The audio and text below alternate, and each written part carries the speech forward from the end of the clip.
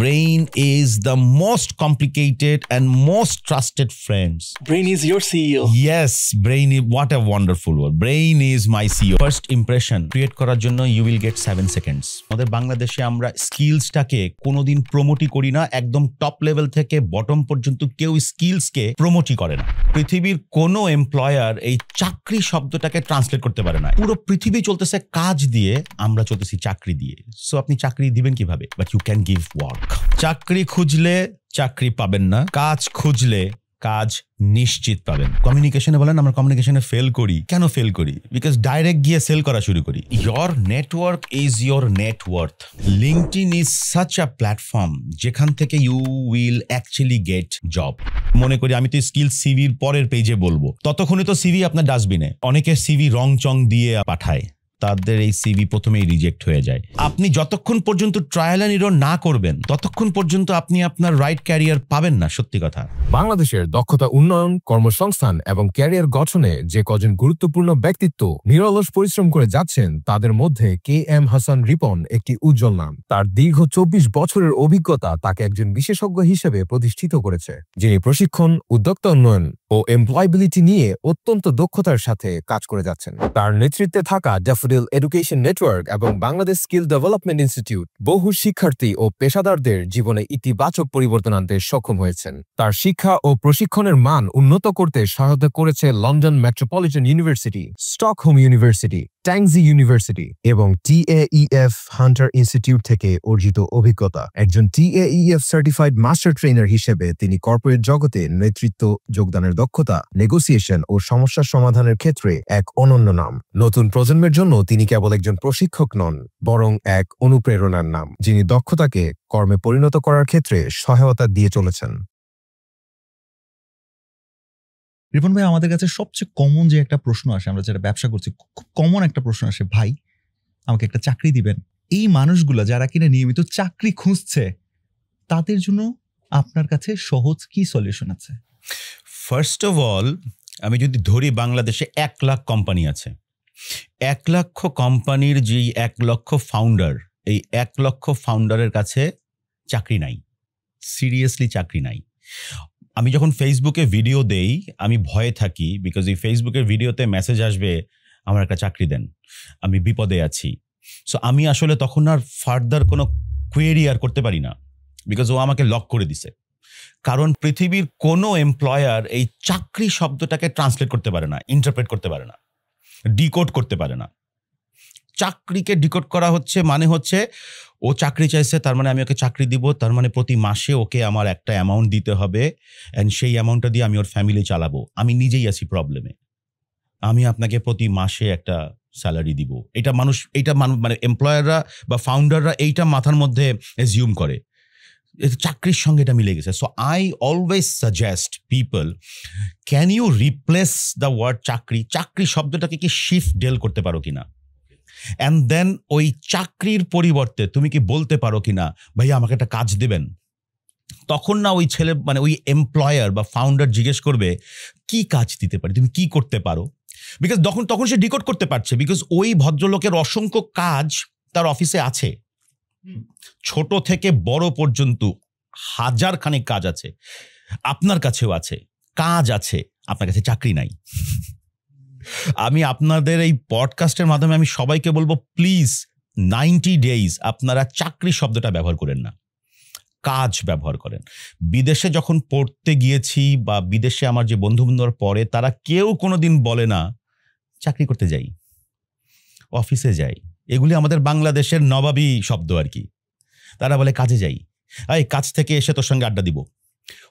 পুরো পৃথিবী চলতেছে কাজ দিয়ে, আমরা চলতেছি চাকরি দিয়ে। সো আপনি চাকরি দিবেন কিভাবে? But you can give work. তাহলে ভাইয়া এই পুরো এপিসোডে আমরা চাকরি না বলে আমরা বলবো কাজ। হ্যাঁ, তাহলে যদি আমি বলি যে একজন যে আনএমপ্লয়েড এই মুহূর্তে, সে তার প্রথম কাজটা কিভাবে পেতে পারে খুব সহজে। রাইট। এখন হয় কি, ধরেন আমাদের কাছে কিছু মিসকনসেপশন আছে। আমাদের মিসকনসেপশন কি, আমাদের বাংলাদেশের প্রথম মিসকনসেপশন হচ্ছে যে ভাই তোমার কাছে ডিগ্রি আছে? না, ডিগ্রি নাই। আল্লাহ, তুমি তো শেষ, তোমার জীবন তো 16 আনাই ব্যর্থ। So what is degree? Degree is an evidence of your knowledge. আপনি যদি ডিগ্রিতে 3 CGPA 3 পান তাহলে আপনার নলেজ লেভেল 3। আপনি যদি 4 পান আপনার নলেজ লেভেল 4 ওই পার্টিকুলার সাবজেক্টে। কেউ বিবিএ করেছে, কেউ সিএসসি করেছে, অর্থাৎ তার ডিগ্রিতে আসছে 3.5 ও knowledge level 3.5। Now I am very happy, I will open the door for you. দরজা খুলবো, ভাই আসেন আসেন আসেন, 3.5 মানে CGPA এর নলেজ লেভেল আপনার, I want to talk with you. Now the second question that I would like to ask, what you can do for me, that's your skills. এখন আমাদের বাংলাদেশে হয়েছে কি, আমাদের বাংলাদেশে আমরা স্কিলসটাকে কোনোদিন প্রমোটই করি না। একদম টপ লেভেল থেকে বটম পর্যন্ত কেউ স্কিলসকে প্রমোটই করে না। ইউনিভার্সিটি লেভেলের ক্লাসরুম এখন পাস্ট ওরিয়েন্টেড ক্লাসরুম। 77 সালে অমক কোম্পানি কি করেছে, 1870 সালে অমক কোম্পানি কি করেছে, এইটার বিশ্লেষণ পোস্টমর্টম করা হয় ক্লাসে। ওয়ারএজ ওর জব মার্কেট 2030 সালে, 30 সাল নিয়ে কেউ অ্যানালাইসিসই করে না। যেটা ওর জব মার্কেট, যেখানে ও কাজ করবে, ও উপার্জন করবে, সেই ফিউচারিস্টিক ক্লাসরুম আনফর্চুনেটলি আমরা বাংলাদেশের কোনো ইউনিভার্সিটিতে করতে পারিনি, যেখানে ফিউচার নিয়ে আলোচনা হয়, যেমন ফিউচারের মার্কেটিং কেমন হবে, এআই আমাকে কিভাবে রিপ্লেস করবে, এআই কি আমাকে রিপ্লেস করবে, না আমি এআই জেনে যে এআই জানে না তাকে রিপ্লেস করব।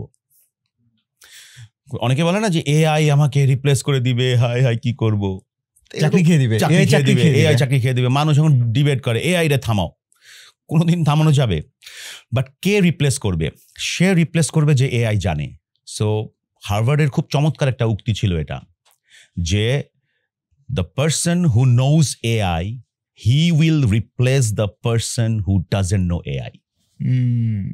আসসালামু আলাইকুম। 2025 সালে যদি আপনারা স্কিলড আপ হইতে চান সিরিয়াসলি, তাহলে আপনাদের জন্য একটা গ্রেট আপডেট আছে। এক্স্যাক্টলি, আপনাদের জন্যই 12 দিন ব্যাপী একটা ফ্রি অনলাইন সেমিনার আয়োজন করেছে এসআর ড্রিম আইটি। এই অনলাইন সেমিনারে আপনি career guideline, AI, digital marketing, graphics design সহ অ্যাডভান্স যে স্কিলগুলো আছে সেগুলো নিয়ে খুব দারুণ একটা সেশন পেতে যাচ্ছেন, লার্নিং পেতে যাচ্ছেন। শুধু তাই না, এই 12 দিনের সেমিনারে অংশগ্রহণ করে আপনি iPhone 16 pro max, MacBook, gaming পিসি, ল্যাপটপ, স্মার্টফোন, স্মার্ট ওয়াচ সহ আরো আকর্ষণীয় উপহার জিততে পারেন। আরেকটা জিনিস কিন্তু আছে, তা হচ্ছে স্কিল টু এমপ্লয়মেন্ট ক্যাম্পেইন 5। এখানে এসআরডিএমআইটি আপনার জন্য এআই টুলস ফর বিগিনার্স এবং digital marketing and freelancing for beginners এর মতো দুটো ওদের জনপ্রিয় কোর্স দিয়ে দিচ্ছে। কত টাকায় নাফিস? 10,000 টাকায় না, 10,000 টাকা না, 1,000 টাকাও না, মাত্র 1 টাকায়। 1 টাকায়, মানে একটা ফ্রি 12 দিনের সেমিনার, আবার এইদিকে হচ্ছে কি একটা 1 টাকায় এরকম বান্ডেল কোর্স। আর কি বাকি? সো দেরি না করে আপনি যদি আপনার স্কিলস ডেভেলপ করার ব্যাপারে সিরিয়াস থাকেন, তাহলে আজই এসআর ড্রিম আইটির ফেসবুক পেজকে ফলো করুন। এই ওয়েবিনার রিলেটেড যা যা ইনফরমেশন আছে সেটা আমরা ডেসক্রিপশন এবং কমেন্ট বক্সে দিয়ে দিচ্ছি, please check it out. Thank you. So এখন এই স্কিলসটাকে যদি আমরা প্রাধান্য না দেই তাহলে কিন্তু আলটিমেটলি কোনো কিছু না। সো আপনি যদি বিবিএ হন, আমি যেমন একজনকে বলেছিলাম কোন একটা ইউনিভার্সিটিতে গিয়ে, যে ধরেন আপনি বিবিএ পড়াশোনা করছেন, can you say even in first year or second year যে I am studying BBA and I am expert in Microsoft Excel? After BBA, can you say that I have completed my BBA and I am expert in Power BI, or I'm expert in fast bowling in cricket, or আমি দৌড়াইতে পারি, আমি jump করতে পারি? That's actually your skills and people want to hire you for that skills. Whoa. So, আমি যদি আপনার কথাটা একদম ট্রান্সলেট করি আমার জন্য, আমি একদম চলে গেছি আমার ভার্সিটির লাইফে। রাইট, আমি আমার ভার্সিটির লাইফে যখন কিনা আমার কখনো মনে হয় আজকে আমি একটা নাটক বানাবো, কালকে মনে হচ্ছে না আমি ইভেন্ট ম্যানেজমেন্টে সময় দিব, পরশু মনে হচ্ছে না আমি এজেন্সিতে একটু টাইম দিব, নিজের স্কিল তখনও এক্সপ্লোর করার চেষ্টা করছি। আমার মতো ওই ছেলেটার জন্য আপনার কাছে কি সলিউশন আছে যে ভাই তুমি এইটা করো সো দ্যাট তুমি আসলে তোমার কাজটা পাবে? এইটা কে বলবে? ও তো একটা ক্লাসরুমে ঢোকে। আমি তো, আমার কথা শুনলে সব শিক্ষকরা আমার উপরে রাগ হয়। এর আগেও কয়েকটা জায়গায় বলেছি শিক্ষকরা রাগ হয় আমার উপরে। Actually we don't need teachers, আমাদের আর শিক্ষক দরকার নাই, আমাদের দরকার মেন্টর। ওই যে আপনি যে প্রশ্ন করলেন কে আমাকে বলবে যে তুমি এইটা করো, এটা কে বলে? মেন্টর বলে। মেন্টর আর শিক্ষকের মধ্যে পার্থক্যটা কি? শিক্ষক একটা নির্দিষ্ট টাইমের মধ্যে ক্লাসে আসে, গল্প টল্প করে ক্লাস থেকে বেরিয়ে যায়, এরপরে পুরা জীবন ওর নিজের। মেন্টর ক্লাস থেকে বেরিয়ে এসে সন্ধ্যার সময় আবার ওকে নক করে, এই ওইটা নিয়ে একটু রিসার্চ করছো, ওইটা একটু প্র্যাকটিস করেছো। So that's mentor. We need mentors in Bangladesh, we don't need teachers. So teacher যখন প্রথম ডেজিগনেশন পায় লেকচারার, ও তো একটা পোডিয়াম পায় একদম গণহারে লেকচার দিতে থাকে, ও তো দোষী না। ওই আমাদের যে সম্মানিত শিক্ষক, তার ডেজিগনেশন কি? লেকচারার। তো লেকচারার কি করবে? লেকচার দেবে, লেকচার দিবে, এবং তাই দিচ্ছে। আপনি তাকে দোষ দিতে পারবেন না? সিস্টেমটা তো এভাবে এভাবে হয়ে যাচ্ছে। তো আমি বলবো যে উই নিড মেন্টার্স। আর মেন্টার যখন কেউ হবে, যেমন আমি নিজেকে প্রাউডলি বলি, আমি ড্যাফোডিল ইন্টারন্যাশনাল ইউনিভার্সিটিতে আমি পড়াচ্ছি, বাট আমি আমার স্টুডেন্টদেরকে সবসময় বলি, I am your mentor, I am your learning partner. Without hesitation share with me. বলো তুমি কিসে ভালো, আমি ওর সঙ্গে বসি, আমি ওদের সাথে বসি, এবং আমি ওদেরকে বলি যে আমি ওর learning partner, I am not your teacher. আমি ক্লাসে ঢুকেই আমারে তুমি দাঁড়ায় সালাম দিও না, আর পিছনে বসে তুমি আমার দিকে তাকায়ও না, অ্যাজ ইফ তুমি, আমি বুঝতেছি তুমি লিসেন করতে আসো, আসলে তুমি লিসেন করতেছো না, তুমি পার্কে আছো, ওর বডি আছে, মাইন্ড নাই। So I talk less, ask question more. Thought provoking question বলে না, মানে যেই কোয়েশ্চেন আপনাকে মানে উত্তর দিতে বাধ্য করবে, যে কোয়েশ্চেনে আপনি মাথা নাড়াতে পারবেন না, ওই থট প্রভোকিং কোয়েশ্চেন আমাদেরকে বেশি করতে। আচ্ছা, এআই যদি তোমার কাজ করে ফেলে আজকে থেকে, তাহলে তুমি কালকে থেকে কি করবা? That's a question. এই তোমরা তিনজন মিলে এই কোয়েশ্চেনটা একটু বের করো তো, যে তাহলে কালকে সকালবেলা দেখলা এআই তোমার কাজ করতেছে, you have no job, so তোমার হিউম্যান কোন কোয়ালিটি আছে যেটা দিয়ে তুমি তখনও কাজের বাজারে টিকে থাকতে পারবা? So now you allow time to discuss, to debate. মারামারিও হয়ে যায় অনেক সময় বন্ধুদের সাথে, আর আপনি referee. So these are the systems that you follow. তো আপনি যেটা বললেন না, যে এই স্টুডেন্টদেরকে, ওরা কিছুই জানে না, স্টুডেন্টরা কিছুই জানে না, সিরিয়াসলি। ওরা এইচএসসি পাস করছে, ওরা ইউনিভার্সিটিতে আসছে, আপনার কাছ থেকে জানতে চায়, আপনার কাছ থেকে পথ দেখাতে চায়, আপনি ওরা ডেফিনেশন মুখস্থ করান। What is this, what is communication, types of communication পরীক্ষায় লেখো। আমি একটা ইউনিভার্সিটিতে মানে মাস্টার্স করেছিলাম, তো আমাকে 10টা কোয়েশ্চেন দিয়ে দিছে, এই 10টা কোয়েশ্চেন করো, 3টা আসবে। আমার আর পড়ার দরকার আছে, ওটা আমি মুখস্থ করছি। So we need to change, or we need to transform hour education system, so that এই যে বেকারত্ব, দিজ আর অল ফানি ওয়ার্ডস, এগুলি যেন না থাকে। সো এই ক্ষেত্রে আপনি কি এখনো টিচিং করতেছেন? ইয়েস, এখনো করতেছেন, রাইট? That's my passion. কোন সাবজেক্টে আপনি? আমার একটা নিজস্ব একটা মডেল আছে, employability model. It's call employability. বাইরে প্রচুর পরিচিত শব্দ, এটা বাংলাদেশে পরিচিত আস্তে আস্তে হচ্ছে। এমপ্লয়াবিলিটি মানে হচ্ছে এমপ্লয়, কর্মসংস্থান, অ্যাবিলিটি মানে নিয়োগের জন্য তোমার যোগ্যতা। সো আমি অ্যাজ অ্যান এমপ্লয়াবিলিটি স্ট্র্যাটেজিস্ট হিসেবে I work for my learning partners. সে যেই হোক, সে কলেজের স্টুডেন্ট হোক, সে ইউনিভার্সিটির স্টুডেন্ট হোক, I work for them, work with them as an employability strategist. So you can call me employability strategist. That's fantastic. আমার কাছে একটা জিনিস খুব ভালো লাগছে, যে যখন আমি পড়াচ্ছি বা শিক্ষকের জায়গাটা, শিক্ষক যেন মেন্টর হিসেবে শিক্ষক হয়, অ্যাজ ইন সে যেন মেন্টর হয়। সো এই জায়গাতে আপনি আমাকে যদি এক্সাম্পল দিতেন, ফর এক্সাম্পল হচ্ছে বিবিএর কোনো একটা ক্লাস হচ্ছে, সেটা হতে পারে অ্যাকাউন্টিং বা মার্কেটিং, এই জায়গাতে একটা মেন্টর, যে শিক্ষক মানে এখন তো আসলে যে শিক্ষক তারই আসলে মেন্টর হওয়া উচিত, এবং আমার ধরুন তো আইডিয়ালি তার কিভাবে ক্লাসটা কন্ডাক্ট করা উচিত, তাহলে সেটা যেটা কিনা একটা প্রপার মেন্টরশিপ হবে। লেটস যে কোনো একটা বিবিএর ক্লাস যদি আমি ধরি, রাইট, মানে এখানে হয় কি, আমাদের মেন্টরিং এ প্রচুর পরিমাণে এক্সারসাইজ থাকে।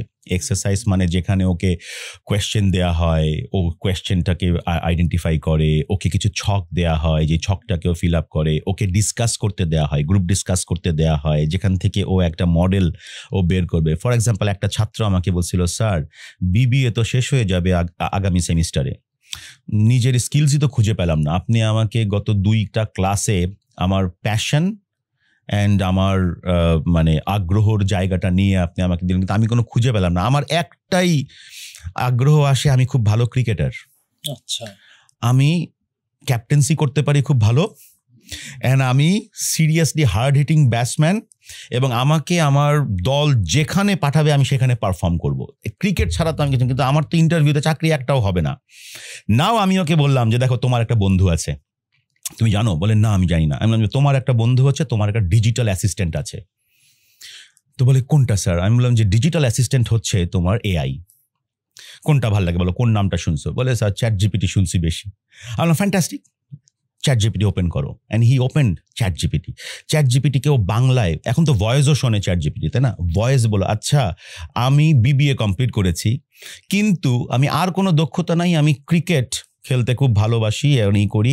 তা আমি ইন্টারভিউয়ারে কেমনে বুঝাবো যে please hire me, I will be your asset. Chat GPT ওকে এক্স্যাক্টলি বলে দিছে যে আরে বেকুব, ক্রিকেট খেলা তুই টিম শিখছিস, how to work as a team. Cricket খেলে তুমি রুলস শিখেছ, যে রুলস, ডেডিকেশন, সিনসিয়ারিটি অ্যান্ড মানে উইনিং অ্যাটিটিউড তুমি শিখেছো। এই অর্গানাইজেশনতে তো এইটাই লাগে যে স্যার আমার ক্রিকেটার, সো আই নো টিমে কিভাবে পারফর্ম করতে হয়, আই নো যে অপোজিট ব্যাটসম্যান যিনি আছেন তার চোখ দেখে আমি বলতে পারি ওরে আমি যদি এখন বাউন্স করি ও ঘাবড়ে যাবে। যখন ওকে এটা দিল না, ও বললো oh my God he is my friend. I know, yes, utilize your friend's skills. So that's how you actually mentor. ওকে ভয় দিয়ে তো লাভ নাই। আমি আমার কোনো স্টুডেন্টকে আমি ভয় দেই না লাইফ নিয়ে। কেন ভয় দিব? আমার ভয় তো কম দেয়নি মানুষজন। when I was 17, মানুষ আমাকে খালি পদে পদে ভয় দিয়েছে। সিরিয়াসলি ভয় ভয় ভয়, কোনো কিছু বললেই বলে এটা হবে না, তোর এটা হবে না। সো আমি ওখান থেকে বেরিয়ে এসে আমি যখন এই পর্যায়ে বর্তমানে আসছি না, আমি এখন কাউকে ভয় দিই না। সিরিয়াসলি আমি ওকে সলিউশন দেওয়ার চেষ্টা করি বা ওর সঙ্গে মিলে সলিউশন বের করার চেষ্টা করি। ভাইয়া আপনাকে কে মেন্টরশিপ দিয়েছে, বা আপনি যে এই জার্নিতে এসেছেন, মানে এই জায়গাটা আপনি কিভাবে এই জার্নিতে আসছেন, অ্যাজ ইন এই যে স্কিলসগুলো, এই যে কাজের পিছনে ছোট, এই ব্যাপারটা, how did you figure that out? আমি প্রথমেই আমার কাছে একটা ছিল যে মানে যেহেতু আমার মানে আমি ধানমন্ডিতে বড় হয়েছি, সো আমার ধানমন্ডির এলাকার ভেতরে আমার অনেক বড় ভাই ছোট ভাইদের আমাদের একটা আড্ডা হইতো। সো আমি খুব আড্ডা অ্যান্ড এই যে বিভিন্ন বিষয় নিয়ে আলোচনা করা এবং বিভিন্ন বিষয় নিয়ে ডিবেট করা, ওই ডিবেটটা যখন করতাম না তখন মনে করতাম এগুলি তো মজার ডিবেট, এগুলি কি জব মার্কেটে লাগে। পরে একজন আমাকে বলল, ওই ভদ্রলোক, ওই বড় ভাই, উনি বললেন যে তুমি যে এত চমৎকার করে ডিবেটে জিতে আসো, যে সাইদ আনোয়ার বেস্ট নাকি সচিন টেন্ডুলকার বেস্ট, আমার সঙ্গে কেউ কোনোদিন, I was a fan of Saeed Anwar, আর আমার আর এক ছিল মানে 10-15টা ফ্রেন্ড হচ্ছে সব সচিন টেন্ডুলকার। আমি ওদেরকে গুনে গুনে বুঝাই দিতাম Saeed Anwar is the best player in the world. যদিও তখন সাইদ আনোয়ারের সেঞ্চুরি সচিন টেন্ডুলকার থেকে বেশি ছিল, আসলেই ছিল। 15টা ছিল সচিন টেন্ডুলকারের, 17টা ছিল সাইদ আনোয়ারের। I was talking about like 97, 96 এরকম। সো উনি বলে ইউটিলাইজ দিস স্কিলস। সো এটা একটা আমাকে কাজে দিয়েছে, যে এলাকার বড় ভাই কথা বলতে বলতে উনি আমাকে হুট করেই, এটাকে বলে থার্ড পার্টি ফিডব্যাক। আমাকে থার্ড পার্টি ফিডব্যাক অনেক মানুষ দিচ্ছে, বাট আমি একটারও গ্রহণ করছি না। থার্ড পার্টি ফিডব্যাক আপনাকে বাসা থেকে দেয়, এই তোর তো খুব ভালো দেখা যাচ্ছে, আমাকে যদি এটা কেউ বলে না, আমি চিন্তা করি আরে তাহলে এটা আমার একটা প্লাস পয়েন্ট। আমাকে কেউ বলে যে এই তোমার কথার শব্দগুলো খুব ভালো আসতেছে, আমি চিন্তা করি it's a feedback. So that's call feedback system. So আমি একটা ফিডব্যাককে উড়াই দেই না। অনেকে মানে একবার একটা ভিডিওতে আমি ভিডিও পোস্ট করেছি, বলছে যে এরকম ভিডিও অনেকেই বানাইতে পারে, ইন্টারভিউ কেমনে ফেল করবেন, আপনি নিজেরটা বলেন না। দেন আই রিয়েলাইজ রাইট, আমি তো কোনো এক্সাম্পল দেইনি ভিডিওতে। ওই একটা ফিডব্যাকে পরবর্তী যে কয়টা ভিডিও করেছি উইথ এক্সাম্পল, আমার সবগুলো আপনার মানে হাইয়েস্ট ভিউজ।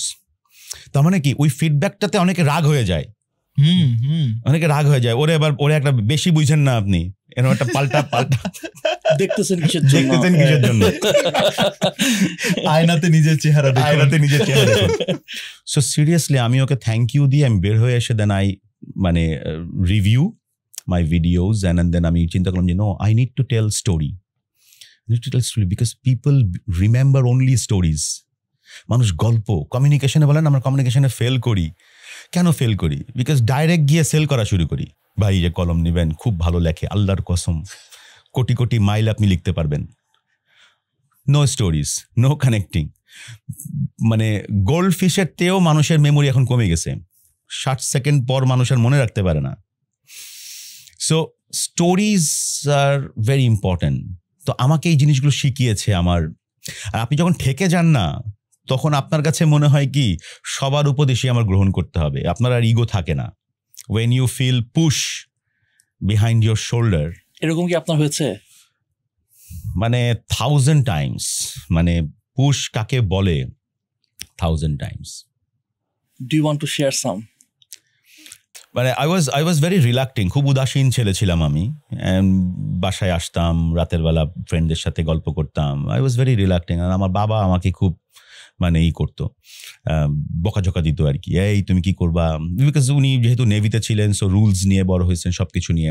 সো একদিন হঠাৎ করে আই রিয়েলাইজ যে উনি আমাকে সব কিছুতে গিভ অ্যান্ড টেক দেন। ওকে তুমি এটা চাও, ওকে ক্রিকেট সেট লাগবে, ওকে ফ্যান্টাস্টিক, তুমি এইটা এনে দাও আমাকে, এই মার্ক এনে দাও, I will give you cricket set.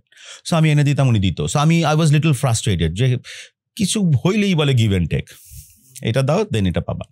So when I was 17 he left us, উনি চলে গেলেন। চলে যাওয়ার পর পুরো পৃথিবী আমার মাথার উপরে ভেঙে পড়লো। মানে উনি 20 আগস্ট মারা গেলেন। 18 আগস্টে আমি ফোমের বিছানায় শুয়েছি। 19 আগস্ট আমি হাসপাতালের ফ্লোরে শুয়েছি, বিকজ আমার আব্বা হসপিটালে ছিল। 20 আগস্ট আমি আমার এক রিলেটিভের ফ্লোরে শুয়েছি। দেন it takes almost 7 years to get back again in ফোমের বিছানা. So that's a journey. So এই 7 বছরে I got lot of push, rejection, তুচ্ছ-তাচ্ছিল্য, সব কিছু। অনেক ধরনের কাজ করতে বলছে যেটা আমি কখনো স্বপ্নেও চিন্তা করতে পারি না। So one day I was sleeping, সকাল 6টা বাজে হঠাৎ করে লাফ দিয়ে উঠলাম, এটা আমি কি করতেছি, কই ছিলাম কই আসছি। গতকালকের পেপার নিলাম, পেপার নিয়ে দেখি চাকরি। সঙ্গে সঙ্গে আমি ওইখানে চলে গেলাম। তখন তো আর মোবাইল ছিল না, টকিং অ্যাবাউট 98 বা ইসে দিকে। আমি ওখানে চলে গেলাম। ওখানে গিয়ে আমি বললাম যে জব, বলে নাই আমার কাছে চাকরি নাই। আপনি বয়স কত তখন? 17, 18, 19 হবে এরকম। মানে তার কিছু বাবা তখন বাবা চলে গেছে, বাবা চলে যাওয়ার 1 বছর পর, মানে 19 এরকম। সো বাট আমি যে ঘুম থেকে উঠলাম না, ওই যে ঘুম থেকে ওঠা আমার কাছে মনে হচ্ছে একটা অ্যালার্ম দিয়েছে আমাকে যে what are you doing, what are you doing, তোমাকে তো আবার ফোমের বিছানায় যেতে হবে, what are you doing. So then আমি পাগলের মতো শুধু কাজ খুঁজলাম, যে যা করতে বলে। একজন বলছে কম্পিউটার শেখো, আমি কম্পিউটার শিখলাম। I became the master of Excel. আমি ওই সময় 99, 2001, 2 I was the best Excel trainer in Bangladesh. আমি এক্সেলে অনেক, কত ব্যাংকে যে আমি ট্রেনিং দিয়েছি, কত মাল্টি ন্যাশনাল অর্গানাইজেশনে যে আমি এক্সেল ট্রেনিং দিয়েছি। 2002 এর পরে আর আমি করিনি, বিকজ তখন অন্য সাবজেক্ট আমার কাছে পছন্দ হয়ে গেছে। So I left it, because ততদিন আবার আমার অন্যান্য বন্ধুরা এক্সেল শুরু করেছে। সো আমি কম্পিটিশনে কখনো যেতে পছন্দ করি না। সো আমি ওকে তুমি এক্সেল চালাও, এবার আমি আর একটা। So I started with e-commerce, wave, এগুলি নিয়ে আমি কাজ করা। স্টুডেন্ট অবস্থায় আর্নিং, এই জিনিসটাকে আপনি কিভাবে দেখেন? এটা মানে আমি বলবো আমার দৃষ্টিতে এটা সবচেয়ে গুরুত্বপূর্ণ একটা মানে স্কিল জেনারেটিং অ্যাক্টিভিটিস। বিদেশে একটা জিনিস প্রচলিত আছে, সেটা হচ্ছে IGA। ওরা বলে, আমাকেও জিজ্ঞেস করছিল আমি যখন পড়তে গিয়েছিলাম, বলে যে ইনকাম জেনারেটিং অ্যাক্টিভিটিস করো কিনা, IGA। বাট আমাদের বাংলাদেশে IGA কে মানুষ মনে করে ছেলে নষ্ট হয়ে যাবে বা মেয়ে নষ্ট হয়ে যাবে। অতএব ইনকামের দিকে এখন ফোকাস করো না, পড়াশোনার দিকে ফোকাস করো, বিশেষ করে মুখস্থর দিকে ফোকাস করো। So no income generating activities. আমি সবসময় বলি যখন কেউ ইনকাম করে স্টুডেন্ট বয়সে, বিকজ আমরা আলহামদুলিল্লাহ আমাদের বাংলাদেশের যেই প্রিভিলেজ গ্রুপ যারা, যেমন ধরেন যারা পাবলিক বা প্রাইভেট ইউনিভার্সিটিতে পড়ছে, তারা সাপোর্ট পাচ্ছে either from family or from government. যেমন পাবলিক ইউনিভার্সিটিকে তো স্টুডেন্টদের সাপোর্ট দিচ্ছে কে? সরকার দিচ্ছে পাবলিক ইউনিভার্সিটিগুলো। তার মানে তার অ্যাকোমোডেশন প্রবলেম, তার টিউশন ফি তার মানে ওই মানে এগুলি কিন্তু তার মোটামুটি হয়ে যাচ্ছে, কিন্তু এখন যেটা হচ্ছে তার এক্সপিরিয়েন্স বাড়ছে না। তো সে যদি আর্ন করে, যেটা আমার ক্ষেত্রেও হয়েছে, যখন সে আর্ন করবে তখন সে রিয়েল ভ্যালু অফ মানি বুঝতে পারবে, যে টাকা ইনকাম করা কতটা ইম্পর্টেন্ট এবং কতটা বুদ্ধি লাগে এবং কতটা মানে মানে কমিউনিকেশন করে মানুষকে কনভিন্স করতে হয় যে আমি এই কাজটা আপনাকে করে দিব, আপনি যদি আমাকে কিছু সম্মানই দেন, হ্যাঁ, বা আমি ডেফিনেটলি আমি এই কাজটা আমি আপনাকে করে দিব, একটু আমার দিকে দেখেন, একটু যদি সম্মানই পাওয়া যায়, বুঝেন তো আর্নিংটা খুব গুরুত্বপূর্ণ। এইভাবে করে আপনি যখন আপনার কোনো একটা স্কিলসকে সেল করার চেষ্টা করবেন তখন আপনি জানতে পারবেন হাউ টু ইনকাম। এই হাউ টু ইনকামটা আপনাকে এক্সপেরিয়েন্স দেবে মানুষের সাথে কিভাবে কথা বলতে হয়, মানুষকে কিভাবে মানুষের কাছ থেকে কিভাবে কাজ বুঝে নিতে হয়, মানুষকে কিভাবে কাজ বুঝিয়ে দিতে হয়। এটা ইনকামের থেকে আসে, কারণ কাজ বুঝিয়ে দেওয়ার পরই তো টাকাটা আসে। সো এই জায়গাটায় একটা বিশাল বড় একটা আসে। 2 নাম্বার হচ্ছে হাউ টু স্পেন্ড। নিজের উপার্জন করার টাকা পানির মতো খরচ করা যায় না ভাই। সো আপনি তখন ইমোশনালি না, বরং ইমোশনাল ইন্টেলিজেন্ট হয়ে আপনি স্পেন্ড করেন মানি, যে না এটা তো আমার দরকার নাই এখন, সো আমার এখন এটা কেনার দরকার নাই। বাট বাপের টাকা হইলে খুব ভাল লাগে মানে খরচ করতে, বিকজ ওইখানে 100% ইমোশন, বিকজ বাবার কষ্টটাও দেখে নেই। সো সে যদি নিজে ইনকাম করে তাহলে সে বুঝতে পারবে হাউ টু স্পেন্ড। থার্ড যে স্কিলসটা তার কাছে সেটা হচ্ছে হাউ টু সেভ। আমি যে ইনকাম করছি, আমি আমার লাইফে প্রতি ছোটবেলা থেকে আমি সেভ করি, বিভিন্নভাবে সেভ করি, মাটির ব্যাংকে সেভ করি, নিজের কাছে। আমি যদি 100 টাকা নিয়ে বের হই, আমি খালি পকেট করে বাসায় কোনোদিন ফিরতাম না, 10 টাকা হলেও পকেটে নিয়ে ফিরতাম। বাট আমাদের টেন্ডেন্সি হচ্ছে টাকা তো আছে, এখনো 10 টাকা আছে, চল আরো কিছুক্ষণ আড্ডা মারি, পকেট খালি, দেন বাসায় যাও। সো সেভিংসটা তারা শিখতে পারে, হাউ টু সেভ। অ্যান্ড সেভের পর আসে হাউ টু ইনভেস্ট। যে এই যে আমার কাছে জমলো এখন 10,000 টাকা, আমি অনেক ব্যবসায়ীকে দেখেছি, তারা বলে আমার টিউশনি থেকে যে টাকা জমাইতাম সেটা দিয়ে আমি পরে ব্যবসা করছি। ডক্টর মোহাম্মদ সবুর খান, ড্যাফোডিল গ্রুপের চেয়ারম্যান, ডক্টর মোহাম্মদ সবুর খান তার জাহাঙ্গীরনগর ইউনিভার্সিটিতে পড়ার সময় তার টিউশনির টাকা জমিয়ে সে ড্যাফোডিল কম্পিউটার্সের ভিত্তিপ্রস্তর স্থাপন করছে। তো ওইটা উনি ইনভেস্ট, প্রথমে সেভ করেছে অ্যান্ড দেন ইনভেস্ট করেছে।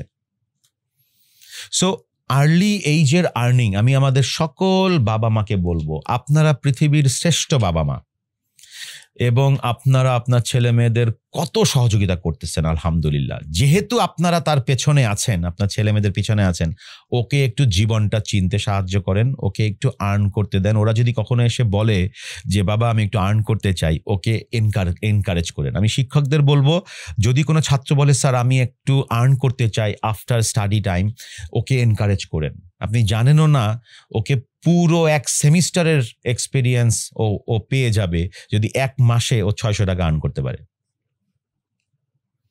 That's very important, early age earning. So এই যে জার্নি, এই জার্নিটা ইজ ভেরি ইম্পর্টেন্ট। আপনার কাছে সহজ পথে হাঁটা খুব সহজ, মানে সহজ, কিন্তু আপনি যদি কোনো কিছু অ্যাচিভ করতে যান, পৃথিবীর কোনো মানুষ বলতে পারবে না যে আরামে পেয়ে গেছি সব, কমফোর্ট জোনে হয় না। আজকে 2 সেন্ট পডকাস্টের 5 লাখ, half a million। চিন্তা করেন লাস্ট 2 ইয়ার্সের জার্নি, ডেডিকেশন, প্যাশন আর হার্ডওয়ার্ক যদি না থাকতো, 2 সেন্টসের নাম বললে আজকে সবাই চেনে।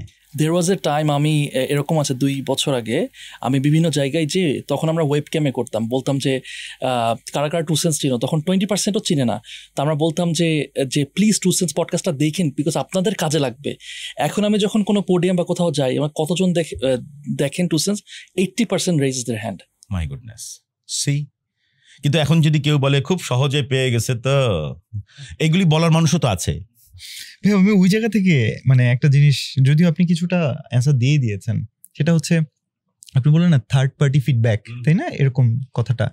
সো আমাদের ইউথরা বা আমরা অনেকেই কি হয়, এই থার্ড পার্টি ফিডব্যাকের পজিটিভটা পিক না করে নেগেটিভটা পিক করতে থাকে, এবং এমন একটা সিচুয়েশন হয় যে পজিটিভটা কানে আসেই না, চোখে পড়েই না, নেগেটিভটা পিক মানে আসতেই থাকে। এইরকম সিচুয়েশনে আসলে আমি কিভাবে আসলে নিজেকে তৈরি করব যেন আমি নেগেটিভ থেকে বেঁচে থাকতে পারি। আর দেয়ার আর টাইমস যখন কিনা একটা মানুষ নেগেটিভ কোনটা পজিটিভ কোনটা এটাও অনেক সময় ধরতে পারছে না, শুনতে শুনতে 100 জন বলেছে তাহলে মনে হয় এটাই আসল। শুধু তাই না, যদি তার এমনও মানুষ আছে যাদেরকে আমি যদি পজিটিভ বলি, পজিটিভটা নিতেই পারে না, মানে এক কান্দে ঢুকে এক কান্দে বের করে দেয়, জাস্ট ওয়েট করে নেগেটিভটা কখন বলতেছি, বা নেগেটিভটা পিক করার জন্য অনেক সময় থাকে যে অথবা সে হয়তো জানেও না এই সিচুয়েশনে আছে। আপনি এই মানুষটাকে আসলে তারা খুব প্রবলেম আছে ভাইয়া, সে যে এতটা প্রবলেম আছে, যে মানুষটা তার রোগ জানে সেটা তো তার একটা সলিউশন রোগ জানে কিনা সেটা নিয়ে আমার কোয়েশ্চেন আছে। যেমন আমি আমার রোগ জানতাম, আমার একটা রোগ ছিল, আমি প্রচুর রেগে যেতাম। ওকে। এবং মানুষ আমাকে ফিডব্যাক দিয়েছে, আমার ফ্যামিলি থেকে ফিডব্যাক দিয়েছে, আমার অফিস থেকে আমাকে ফিডব্যাক দিয়েছে যে আপনি রেগে যান কেন, আপনি তো রেগে গেলেন তো হেরে গেলেন, আপনি কেন এটা বিশ্বাস করতে চান না? তারপরে বিশ্বাস করি না। দেন আমি বিশ্বাস না করতে করতে হঠাৎ করে একটা ধাক্কা খেলাম ওই রাগের কারণেই। এখন আপনি আমাকে বলতে পারেন তাহলে কি আমার ধাক্কার জন্য ওয়েট করতে হবে? এটা অলমাইটি আল্লাহর কাছ থেকে আপনার কাছে একটা আসবেই যখন আপনি রিয়েলাইজ করবেন। অ্যান্ড দেন আই রিয়েলাইজ ওকে, তাহলে তো এটা আমাকে, তখন আমি প্রচুর প্র্যাকটিস করা শুরু করলাম যে আমি রাখবো না। কি প্র্যাকটিস? একজন বলল যে যখনই আপনার কোনো ইমেল দেখে, ফোন দেখে মেজাজ গরম হবে, আপনি প্লিজ ওখান থেকে উঠে যান। বললাম আচ্ছা, উঠলাম। সো আমি উঠে গেলাম। তারপর বলে যে যখনই আপনি কোনো কিছু লিখবেন সঙ্গে সঙ্গে সেন্ড বাটনে ক্লিক করেন না, আপনি একটু পজ নেন, এক গ্লাস পানি খান, দেখবেন ওইটা আবার পড়লে আপনার কাছে মনে হবে এটা কি লিখছি আমি। সো আমি এটা আমি প্র্যাকটিস করা শুরু করলাম। দেখলাম যে আসলেই তো আমি ফার্স্ট ড্রাফট সেকেন্ড ড্রাফটের মধ্যে মিনিমাম 30টা ওয়ার্ড আমার রিপ্লেস করতে হয়। সো এইভাবে করে যখন আমি রিয়েলাইজ করলাম যে আমি রেগে যাই, তখন আমার রিয়েলাইজ হলো যে না, রাগা যাবে না। সো এটা আমার আর্লি স্টেজে হয়েছে, বিকজ আই ভ্যালু ফিডব্যাক। আপনাকে প্রতি মানুষ আপনাকে ফিডব্যাক দিচ্ছে বিকজ তারা আপনাকে দেখছে, আপনি আপনাকে তো দেখছেন না। সমস্যা হচ্ছে এখানে, আপনি আয়নায় আপনি নিজেকে যেভাবে দেখতে চান আয়না আপনাকে সেভাবে দেখায়, তাই না? আর আপনার রিয়েল ফেস তো আয়না আপনাকে দেখাতে চায় না, বিকজ আপনি দেখতে চান না আয়নায় আপনার রিয়েল ফেস। তো আপনাকে দেখে কে? আপনাকে দেখে থার্ড পার্টি। সো তারা আপনাকে ফিডব্যাক দেবে। যারা আপনার রিয়েল ফ্রেন্ড তারা আপনাকে সত্যিকার অর্থের ফিডব্যাকটা দেবে। 2টা পজিটিভ, একটা ইমপ্রুভমেন্ট, নট নেগেটিভ, ইমপ্রুভমেন্ট, যে তুমি এই জায়গাটা একটু উন্নত করো না, তুমি অনেক উপরে যেতে পারবা। সো এই ফিডব্যাকটা, মানে থার্ড পার্টি ফিডব্যাক আমি এই কারণে বলি, আমার এমপ্লয়াবিলিটি মডেলের এটা ওয়ান অফ দি পিলার, যে থার্ড পার্টি ফিডব্যাকটাকে একটু গ্রহণ করার চেষ্টা করো ইতিবাচক মানসিকতা নিয়ে। ওই ফিডব্যাকের মধ্যে তোমার লাইফের পুরো জার্নিটা আছে।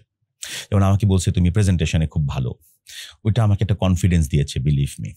সো আমি প্রেজেন্টেশন করেছি, পাবলিক স্পিকিং করেছি, প্রথম দিন গিয়ে হাঁটু আমারও কাঁপছে, মাইক আমি মুখের কাছে আনতে পারিনি, কেউ আনতে পারবে না। কারণ আপনি যখন মাইক ধরবেন তখন আপনি চিন্তা করবেন কোন জায়গায় মাইক যাবে, বিকজ এটা এই বরাবর আপনি এইম করতেই পারবেন না মাইকে। সো এটা হবে সবার, আপনি মাইক 2 হাত দিয়ে ধরবেন, পেটের মধ্যে কিছু একটা আপনার হতে থাকবে, right? That's your first experience, second experience, third experience, fourth experience, আস্তে আস্তে করে আপনি। এই জন্য আমার একটা স্লোগান আছে যেটা আমি প্রায় 64 জেলায় নিয়ে গেছি, স্লোগানটা অনুশীলনে সবই সম্ভব, প্র্যাকটিস মেক্স এভরিথিং পারফেক্ট। অনুশীলনে সবই সম্ভব। সো আমি সবসময় বলি যে এই জিনিসগুলো ভেরি ভেরি ইম্পর্ট্যান্ট। এখন আমি যদি ধরেন এখন ইউনিভার্সিটিতে পড়তেছি, আমি কিছু স্কিলসে ফোকাস করা উচিত, ধরেন টপ 3 স্কিলস, এই টপ 3 স্কিলস কোনটা হওয়া উচিত? আচ্ছা, ফার্স্ট অফ অল আপনার এই কোয়েশ্চেনের আনসার দিয়ে দেন আমি একটু এলাবোরেট করবো আর কি। ফার্স্ট টপ 3 স্কিলস আমি বলবো, ইয়োর কমিউনিকেশন নাম্বার 1। আপনার আর কিচ্ছু লাগবে না। সফট স্কিল করে কোনো লাভ নাই, ওটা অ্যাটলান্টিক ওশান, ওইটা আপনার গ্র্যাজুয়ালি হবে কাজ করতে করতে। But communication is very important. আপনার শব্দের ব্যবহার, আপনার এক্সপ্রেশনস, আপনার অ্যাপিয়ারেন্স, আপনি এটা ঠিক করেন, আপনার জীবনে কোনোদিন পেছনে ফিরে তাকাতে হবে না। কারোর সাথে আপনি কথা বলেন, তাকে হার্ট করেন না। শব্দ দিয়ে আপনি এক একটা গুলির মতো তাকে আঘাত করেন, আপনি নিজেও জানেন না।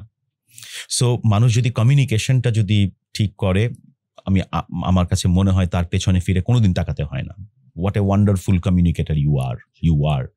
দ্যাটস ওয়াই আপনাদের এত রেইজ হয়েছে, তাই না, views, because of this communication. And second thing হচ্ছে টেকনোলজি। বর্তমান সময়ের বর্তমান যুগে মানে টেকনোলজি মাস্ট। ধরেন আজ থেকে 40 বছর আগে যে টপ হয়েছে তার পেছনে ওই সময় টেকনোলজি ছিল। যে প্রথম অফিসে টাইপরাইটার এনেছে তার অফিস বুম করেছে, বিকজ সে হাতের লেখা বাদ দিয়ে টাইপ রাইটারের মাধ্যমে সে লিখেছে। সো টেকনোলজি সব সময়, নবী করিম সাল্লাল্লাহু আলাইহি সাল্লাম টেকনোলজি যতটা ওনার সময় অ্যাভেলেবেল ছিল সব ব্যবহার করেছে। এখন আমরা ওগুলিকে মেকানিক্যাল টেকনোলজি বলতে পারি। কে চিন্তা করছে উটের উপরে বসে কাগজের উপরে লিখে মেসেজ উনি সব জায়গায় পাঠিয়ে দেবেন? That was what? এই মেসেজিং কনসেপ্টটা ওনাকে কে দিয়েছে? সো টেকনোলজি আপনাকে অ্যাডপ্ট করতেই হবে। এটা নাম্বার 2। আর নাম্বার 3 যেটা আমি বলবো যে look, resilience is very important. যে মানে আপনি হেরে যাবেন না। এই যে একটা মনের ভেতরে যে একটা মানে বিষয় যে আমি এটার শেষ দেখে ছাড়বই, যেন আমার আফসোস না হয়, ওইটা তো করলি না। দ্যাট 3 স্কিলস যেটা আমার মধ্যে ছিল, আমার মধ্যে এখনও আমি চেষ্টা করি প্র্যাকটিস করার। কমিউনিকেশনে আমি চেষ্টা করি কাউকে আঘাত না দিতে। আমি যখন যেমন আমি এখন এআই নিয়ে প্র্যাকটিস করছি, আমি এআই নিয়ে আমি প্রচুর সময় কাটাই, বিকজ আমার কাজের 40% আমি এআইকে দিয়ে দিয়েছি, so that I can get 40% more time. হ্যাঁ, আমি ইমেল আসলে আমি বলি যে কো পাইলটকে বলি যে এটার রিপ্লাই করে আমার একটু বের করে দাও তো, কি রিপ্লাই করা যায়। আমি ইউজ করছি এটা। এখন এটাকে অনেকে খারাপ বলতে পারে, but I am using that and I am getting value. এটা হচ্ছে আপনার বাট আমি এটা আমি শুধু স্টুডেন্টদের বলবো না, প্রফেশনালদেরকে আমি বলবো। প্রফেশনালরা 40 বছর হয়ে যাওয়ার পর তারা নিজেদেরকে মানে শ্রেষ্ঠ মনে করে ফেলে। বলে না, একটা প্রবাদ আছে না, a man gets 40 they become naughty, something একটা এরকম আছে না? তা আমি বলি যে ধরেন 40 বছরের পর মানুষ হয়ে যায় আপনার, নটি হয় না, বাট সে আপনার কাইন্ড অফ একটা প্রাউড ইগোয়েস্টিক পার্সন হয়ে যায়। সে বসার সময়ও চিন্তা করে যা বলছে সবই আমার করা, তোমরা যে স্কুলের স্টুডেন্ট সেই স্কুলের প্রিন্সিপাল আমি ছিলাম। এই যে একটা অ্যাটিটিউড, যে কারণে মানে আমি একটা কথা বলে খুব বিপদে পড়ে গেছিলাম প্রফেশনালদের কাছে। আমি বলছি যে 40 বছর মানে 40 ঊর্ধ্ব মানুষরা আগামী 4-5 বছরের মধ্যে সব বেকার হয়ে যাবে, সিরিয়াসলি। বিকজ মানে তারা টেকনোলজিকে দেখতেই পারে না। চিন্তা করেন, টেকনোলজিকে তারা সহ্যই করতে পারে না। তারা এখনো ডিবেটের মধ্যে আছে। সব কিছু কিন্তু আস্তে আস্তে হয়ে যাচ্ছে, ট্রান্সফর্ম হয়ে যাচ্ছে, বাট তারা এখনো দেখছেই না, এখনো ডিবেট। আরে না, আমি মানুষ, আসলেই তো আপনি মানুষ, কিন্তু টেকনোলজি যে আপনাকে হেল্প করতে আসছে এটা আপনি যেদিন রিয়েলাইজ করবেন যে আপনার রিপিটেটিভ জব টেকনোলজি কমিয়ে ফেলবে, আপনি রিপিটেটিভ জব আপনি করবেন না, রিস্কি জব আপনি করবেন না, টাইম কনজিউমিং জব আপনি করবেন না, 24 ঘন্টাকে আপনি 48 ঘন্টা 72 ঘন্টা বানাবেন ইউজিং টেকনোলজি, এটা মানুষ বোঝে না।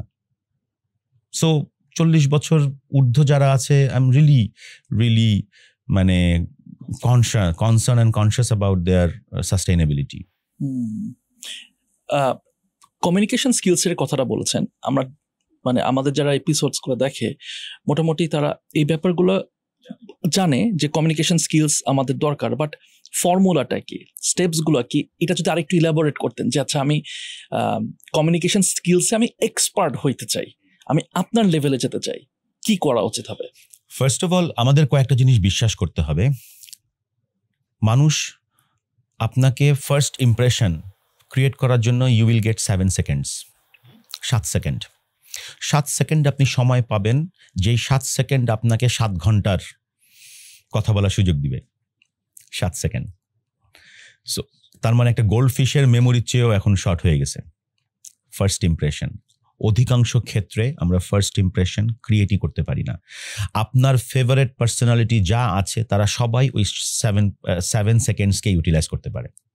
আপনার ফেভারিট যে কোনো একজন মানুষের চেহারা আপনি কল্পনায় করেন, আপনি দেখবেন প্রথম 7 সেকেন্ডেই সে আপনার মন জয় করে ফেলেছে।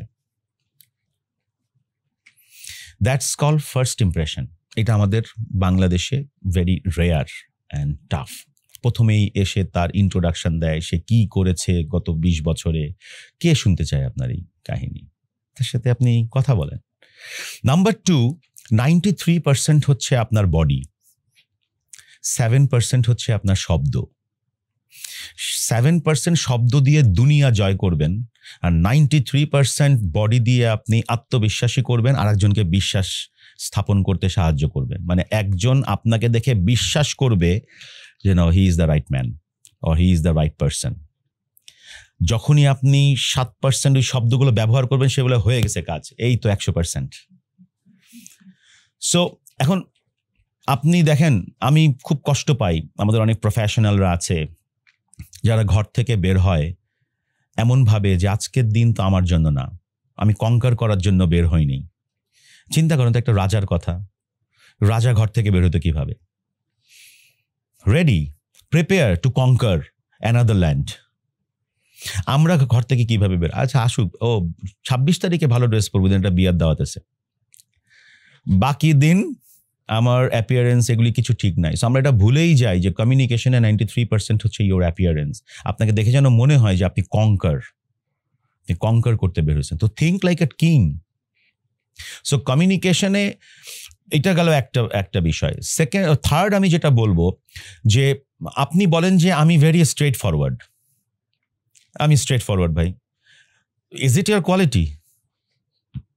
আপনি আপনার আব্বার সামনে স্ট্রেট ফরওয়ার্ড হয়ে দেখান তো দেখি, ক্যান ইউ ডু দ্যাট? আমি আমার বাবার সামনে স্ট্রেট ফরওয়ার্ড, না সরি আমি তোমার কথা মানতে পারলাম না, স্ট্রেট ফরওয়ার্ড আমি, আমার আব্বা আমাকে। সো আমি যখন আমার বাবার সাথে কথা বলতে যাই, আমি বলি আব্বু একটা ছোট্ট কথা বলবো, আমার একটা পিকনিক আছে, 1,500 টাকা লাগবে। দেখেন গলার আওয়াজটাও কেমে নেমে গেছে। আম্মার সাথে যখন কথা বলতে যাই, আম্মা আব্বুর একটু বলো না, 1,500 টাকা দিচ্ছে না, এতগুলি প্রশ্ন করলে হয়? দেখেন আম্মার সঙ্গে আমার টোন চেঞ্জ হয়ে গেছে। কিন্তু বোনের সাথে যখন আছে, এত কথা বলিস না তো, এমনি মাথার মধ্যে টেনশন, 1500 টাকা দেয় না, দেখ না ম্যানেজ করতে পারিস কিনা। দেখেন টোন চেঞ্জ হয়ে যাচ্ছে মানুষ ভেদে। বসের সঙ্গে দেখা হইলে আসসালাম স্যার, স্যার স্যার ওটা হয়ে গেছে স্যার, স্যার হয়ে গেছে স্যার, প্রথমে বলা শেষে বলা, বলার পরে রাইট। আপনি স্ট্রেট ফরওয়ার্ড হলেন কোথায়? আপনার তো ভয়েস, টোন, ওয়ার্ডস, তাই না, চেঞ্জ হচ্ছে না? এটা হচ্ছে আপনার হিপোক্রেসি, যে আপনি বলেন আমি স্ট্রেট ফরওয়ার্ড, আমার কোনো কিছু দরকার নাই। কেন দরকার নেই ভাই? আপনি একটু স্ট্র্যাটেজি, এটাকে বলে কৌশলী হন। স্ট্রেট ফরওয়ার্ড আপনি হচ্ছেন, বাট আপনি কৌশলী হন। ভাই এখানে এই জিনিসটা আসলে কতটা গুরুত্বপূর্ণ, যারা আসলে দিন শেষে তাও বলবে যে না এগুলো আমি মানি না, তাদের জন্য আসলে খারাপই লাগবে। কারণ এদের মধ্যে অনেক ভালো মানুষ আছে, যারা মানুষ হিসেবে অনেক ভালো। আমি এরকম একাধিক মানুষ চিনি যারা তাদের গ্রামে সবচেয়ে ভালো ভালো কাজগুলো গোপনে করে যাচ্ছে, কিন্তু হয়তোবা পুরুষ মানুষকে অনেক সময় ছোটবেলা থেকে ব্রট আপের সময় একটু এরকম হয়ে যায় যে একটু স্ট্রেট ফরওয়ার্ড কথা বলতে হয়। তারপরে হচ্ছে তেলবাজি আমি পছন্দ করি না, এই কথাগুলো যেগুলো বলেছেন এক্স্যাক্টলি এই কথাগুলো বেশি বেশি একটু সবার সামনে বলার কারণে তার সারাউন্ডিং এর মানুষগুলো তাকে খারাপ ভাবছে, ভুল বুঝছে। ওয়্যারএজ আমি তাদের সাথে যখন মেশার চেষ্টা করলাম, পার্সোনালি আরো জানার চেষ্টা করলাম, আমি খেয়াল করে দেখেছি এই মানুষগুলো যে ইম্প্যাক্ট ফেলছে তার গ্রামের জন্য। আমার মতো যে ছেলেটা হেসে কথা বলছে, আমি এগুলো কিচ্ছু করি না, কিন্তু আমাকে আবার পছন্দ করতেছে 2-3 জন। এইখানে একটা মানে আছে, সেটা হচ্ছে দেখেন, আমি আবার ওই গোপনে কাজ করার বিষয়টা আমি পছন্দ করি না, এটাতে সঙ্গে আবার আমি এগ্রি করি না। আপনি একটা কাজ করছেন, 10-এর ভালো করছেন, আপনাকে এটা প্রমোট করতে হবে, not in a ill way. অসুস্থ রোগীর মতো আপনি এটারে প্রমোট করে যাবেন না যে আমার এটাকে এখানে ভাইরাল আমারে বানাইতে হবে। ভাইরাল মানুষ এমনিই হবে, ভাইরালের কম্পিটিশনে আপনি পড়বেন কেন? ইচ্ছা করে এসে মানুষ ক্যামেরার সামনে ভাইরাল হবো এরকম কমন কথা বলে। আপনি নর্মালি আপনার কাজটাকে প্রমোট করেন না, নর্মালি প্রমোট করেন। এমনও তো হতে পারে আরেকজন মানুষ পথ খুঁজে পাচ্ছে না যে কি করা যায়, আমার কাজ দেখে সে তার এলাকায়ও কাজ শুরু করতে পারে। আমি তো আরেকজনের মানুষকে, আমাদের নবী করিম সাল্লাল্লাহু আলাইহি ওয়াসাল্লাম কোন সময় পর্যন্ত হাইড করে রেখেছেন আল্লাহর মেসেজ, তারপরে কোন সময় থেকে তিনি প্রমোট করেছেন আল্লাহর মেসেজ, কোন কোন ওয়েতে আল্লাহর মেসেজ উনি প্রমোট করেছেন। আমি তো বলি মার্কেটিংয়ের 360 ডিগ্রি অ্যাপ্রোচ নবী করিম সাল্লাল্লাহু আলাইহি ওয়াসাল্লাম নিয়েছেন। আপনি সবসময় নিজেকে এমটি করে ফেলেন। আমি বললাম হাউ টু বি এমটি, বলে আপনি যখনই আপনাকে কেউ প্রশংসা করবে আপনি স্ট্রেইট বলেন অল প্রেইজেস গোজ টু অলমাইটি আল্লাহ, মনে মনে বলেন, শোনানোর দরকার নাই। তার মানে আপনার কাছে যে প্রেইজটা আসলো এটা আপনি ডেডিকেট করলেন কাকে? যেটার মালিক আমি না, এটার মালিক হচ্ছে আল্লাহ। আমার কাছে এটা লজিক্যাল মনে হয়েছে। সো আমি মনে মনে কিন্তু যখন দেখি যে মানুষজন আমাকে বলতেছে, আমি তাকে বিব্রত করি না যে ভাই আপনার, আমি বলি আচ্ছা থ্যাংক ইউ, বাট আমি নিজ থেকে নিজেকে এমটি করে দিয়েছি, ওটা আর আমার মধ্যে নাই। দ্যাটস ওয়াই আমার মনে পড়ে না যে আমার কারো সঙ্গে চরম লেভেলের ঝগড়া হয়েছে, আমার মনে পড়ে না যে কোনো বন্ধুর সঙ্গে আমার ঝগড়া হওয়ার কারণে ডিটাচড হয়েছি। বাট ইয়েস, একটা জিনিস আমি বলি, if I see that no আপনার সাথে আমার অ্যাকচুয়ালি মিলছে না, আমি আপনাকে কোনো কিছু বলবো না, বাট আই সিম্পলি হাইড হয়ে যাব নিজে। একটা কোয়েশ্চেন হচ্ছে যে আমি ইউনিভার্সিটি থাকাকালীন আমি নেটওয়ার্কিং, একটা স্ট্রং নেটওয়ার্কিং কিভাবে তৈরি করতে পারি? নেটওয়ার্কিং বলে না যে your network is your net worth, বলে না, এটা তো আমরা সবাই জানি কম বেশি, কিন্তু আমরা বিলিভ করি না। আমি একবার একটা ক্লাসে বললাম যে এই গতকালকে যে একটা HR কনভেনশন হলো তোমাদের বিশ্ববিদ্যালয়ে, সো ওখানে প্রায় 48 HR লিডার্সরা এসেছিল। কে কে তোমরা ওই লিডারদের সাথে গিয়ে পরে কথা বলেছ? কারণ অলমোস্ট অনেককেই তুমি চেনো, সোশ্যাল মিডিয়ার মাধ্যমে চিনতে পারো। সে তোমার ইউনিভার্সিটিতে এসেছে, তুমি সুন্দর একটা ড্রেস পরে ওয়েল কমিউনিকেটর হয়ে তুমি কে তোমরা ওর সাথে কথা বলেছো এবং তাকে মনে রাখার ব্যবস্থা করে যে সালাম স্যার আপনার একটা আর্টিকেল পড়েছিলাম, খুব ভালো লেগেছে। এখন তো মানে গুগল দিয়ে বের করা কোনো ব্যাপার না, 2 মিনিটে পড়ে নেন, হ্যাঁ সুন্দর, দেন আপনি তাকে প্রেস করেন। এইটা কেউ করে না, ওয়ারাজ এটা কিন্তু এখন অ্যাভেইলেবল। ধরেন আজকে আমরা এখানে পডকাস্ট করতে বসছি, আপনার কাছে আমি জানি না কয়জন আপনাকে কানেক্ট হওয়ার মেসেজ দিবে আর কয়জন আমাকে কানেক্ট হওয়ার মেসেজ দিবে, তারা আমাদেরকে মন্তব্য দিবে হয়তো, কিন্তু এখান থেকে একটা নেটওয়ার্ক স্ট্যাবলিশ হতে পারে। অনেক অর্গানাইজেশন আছে যাদের কাছে কাস্টমার আসে, সেই কাস্টমাররা অনেক বড় বড় লেভেলে আছে, বাট অর্গানাইজেশন সবসময় চিন্তা করে ও আমার কাস্টমার, ও আমার কাছে ধরা। সো প্রফেশনাল লেভেলেও আপনার নেটওয়ার্ক হচ্ছে না। কিন্তু আমি একটা জিনিস বিশ্বাস করি যে আপনার নেটওয়ার্ক, যদি আপনি 10 জন মানুষকে চেনেন, তার মধ্যে যদি 3 জন মানুষ আপনাকে চেনে, ওই 3 জন হচ্ছে আপনার নেটওয়ার্ক সাইজ। ওই তিন হচ্ছে আপনার নেটওয়ার্ক সাইজ। তার মানে ওই 3 জনই আপনাকেও চেনে, আপনিও ভালো করে চেনেন। অতএব সোশ্যাল মিডিয়ার মাধ্যমে আমি 2 লাখ মানুষকে চিনি, that's not my network. But ওই মানুষগুলোর মধ্যে থেকে 10টা লোক আমাকে চেনে এবং আমাকে ট্রাস্ট করে, অ্যান্ড আমি ফোন দিলে সে আমাকে রিসিভ করবে, হ্যাঁ ভাইয়া কেমন আছো, হ্যাঁ, ওইটা হচ্ছে আমার network. It is very very important, because দিন শেষে আপনার মানুষের হেল্প লাগবে। আপনি গরু ছাগলের হেল্প তো পাবেন না, কিন্তু আপনার দরকার কি? মানুষের হেল্প। সো মানুষটাই তো আপনার নেটওয়ার্ক। তবে নেটওয়ার্ক করতে গিয়ে অনেকে আবার স্যাসরামি করে ফেলায়, ওইটা করা যাবে না। মানে আমি যেন না বুঝি যে আপনি আমার সঙ্গে নেটওয়ার্কিং করার জন্য আসছেন, ওটা কেন করবেন? It should come from your heart. আমরা বুঝি যে ও এখন নেটওয়ার্ক করতেছে, ও অনেক ধরনের কথাবার্তা বলতেছে যেখানে আমি কোনো রিয়েল ভ্যালু পাচ্ছি না, বিকজ ও আমাকে নিয়ে স্টাডি করে আসেনি। রাইট। এই জায়গাটা ধরেন আমি ইউনিভার্সিটির ফার্স্ট ইয়ারের একটা স্টুডেন্ট, ফ্রেশার এবং হয়তো ফ্রেশম্যান বলে, তো আমি নেটওয়ার্ক করতে চাচ্ছি, আপনার সাথে নেটওয়ার্ক করতে চাচ্ছি। I have nothing to give you. Nothing to offer. And I have everything to gain from you. Your knowledge, experience, your networks. তাই না? এই জায়গাতে আমি আপনার সাথে কিভাবে নেটওয়ার্ক করতে পারবো? একটা ছেলে আসছে কোন একটা ইউনিভার্সিটি, সে বলল যে স্যার আসসালামু আলাইকুম স্যার, আমি 100% শিওর আপনি আমাকে চিনবেন না, বাট আমি আপনাকে চিনি, আমি আপনাকে সোশ্যাল মিডিয়ায় ফলো করেছি, অ্যান্ড সাডেনলি আমি আপনাকে আমার ক্যাম্পাসে দেখলাম, আমি আমার নিজেকে আর রেজিস্ট করতে পারলাম না, আমি আপনার সঙ্গে কথা বলতে আসছি। আপনি যদি কিছু মনে না করেন, আমি কি 2টা মিনিট আপনার সাথে একটু কথা বলে একটা অ্যাডভাইস নিতে পারি? লুক, আমরা সবাই মানুষ, এরকম অ্যাপ্রোচ করলে কোনো মানুষের পক্ষে বলা সম্ভব না গেট আউট, বলা সম্ভব না। অ্যান্ড দেন সে আমাকে বললো যে স্যার আমি একটা পডকাস্ট চ্যানেল খুলেছি, অ্যান্ড আমি সিজন 1 শেষ করেছি, ইনারা আমার সিজন 1-এ আসছে, বাট আমি এখন মানে আমার কাছে মনে হচ্ছে আমি ওই হুকটা এখনো পাচ্ছি না। তো এই বিষয়টায় কি করা যায়? আর একটা বিষয় হচ্ছে যে আমি কি কখনো স্বপ্নে চিন্তা করতে পারি যে আপনি আমার পডকাস্টে এসেছেন? তো আমি বললাম যে is it a true story? গতকালকে আমি সেই পডকাস্ট করেছি, জার্নালিজমের স্টুডেন্ট, অ্যান্ড ও আমাকে যখন এত বড় বানাইছে যেটা আমি আসলে না, তো আমি বলছি ওয়্যার ইজ ইউর স্টুডিও? বলে মোহাম্মদপুর। How beautifully.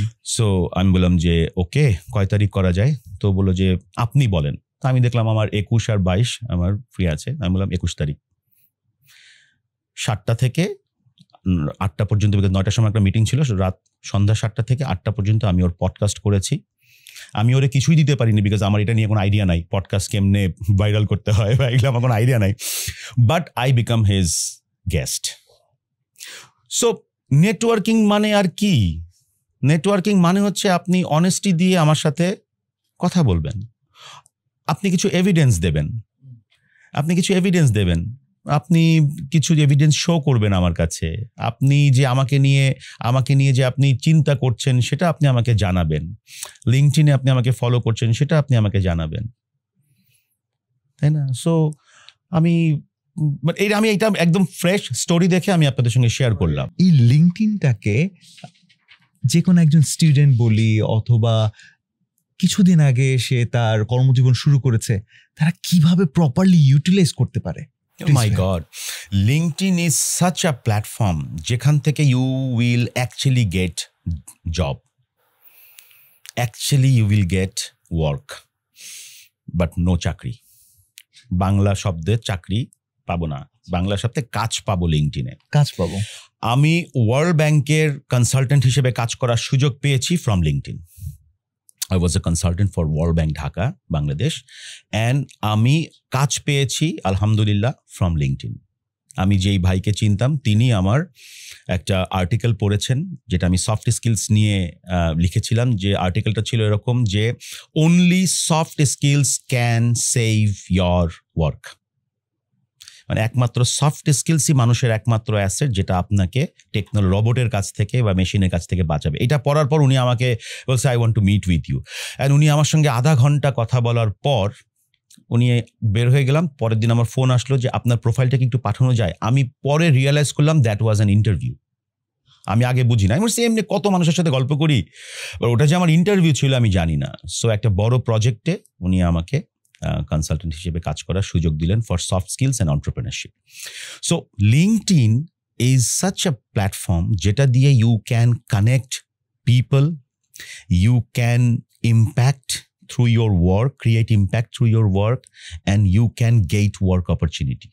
ধরুন আপনার কাছে 100 জন কানেকশনে চলে আসছে, আপনি 100 জনকে বলেন না যে sir I found you very very energetic and very very expert, আমি একটা সিভি আপনার কাছে পাঠাচ্ছি, আপনি কি জাস্ট 5টা মিনিট আমার জন্য একটু স্পেন্ড করে একটু দেখবেন যে আমার সিভিতে কয়টা ভুল আছে? বলারও দরকার নেই কয়টা ভুল আছে।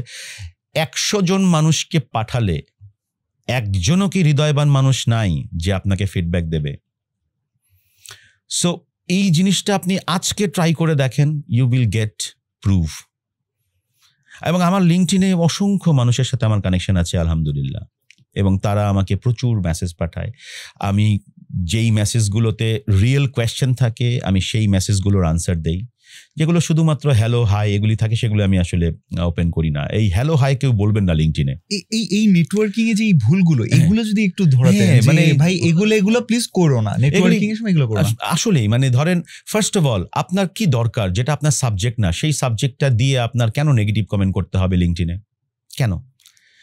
আপনি কি রাজনীতি করেন?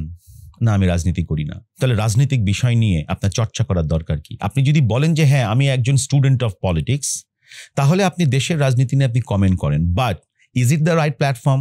মানে লিঙ্কডইনের কথা বলছি, আমি লিঙ্কডইনের কথা বলছি। লিঙ্কডইনে অনেক ধরনের নেগেটিভ আপনাকে, এবং লিঙ্কডইন এমন একটা প্ল্যাটফর্ম, আপনি যদি আজ থেকে 10 বছর আগেও কাউকে আপনি নেগেটিভ কমেন্ট করে থাকেন এবং তাকে আপনি হিউমিলেট করে থাকেন, আপনি তাকে হ্যারাস করে থাকেন, LinkedIn will find it out, and LinkedIn যিনি এমপ্লয়ার তাকে দেখিয়ে দেবে যে তার অ্যাটিটিউড কিন্তু নেগেটিভ।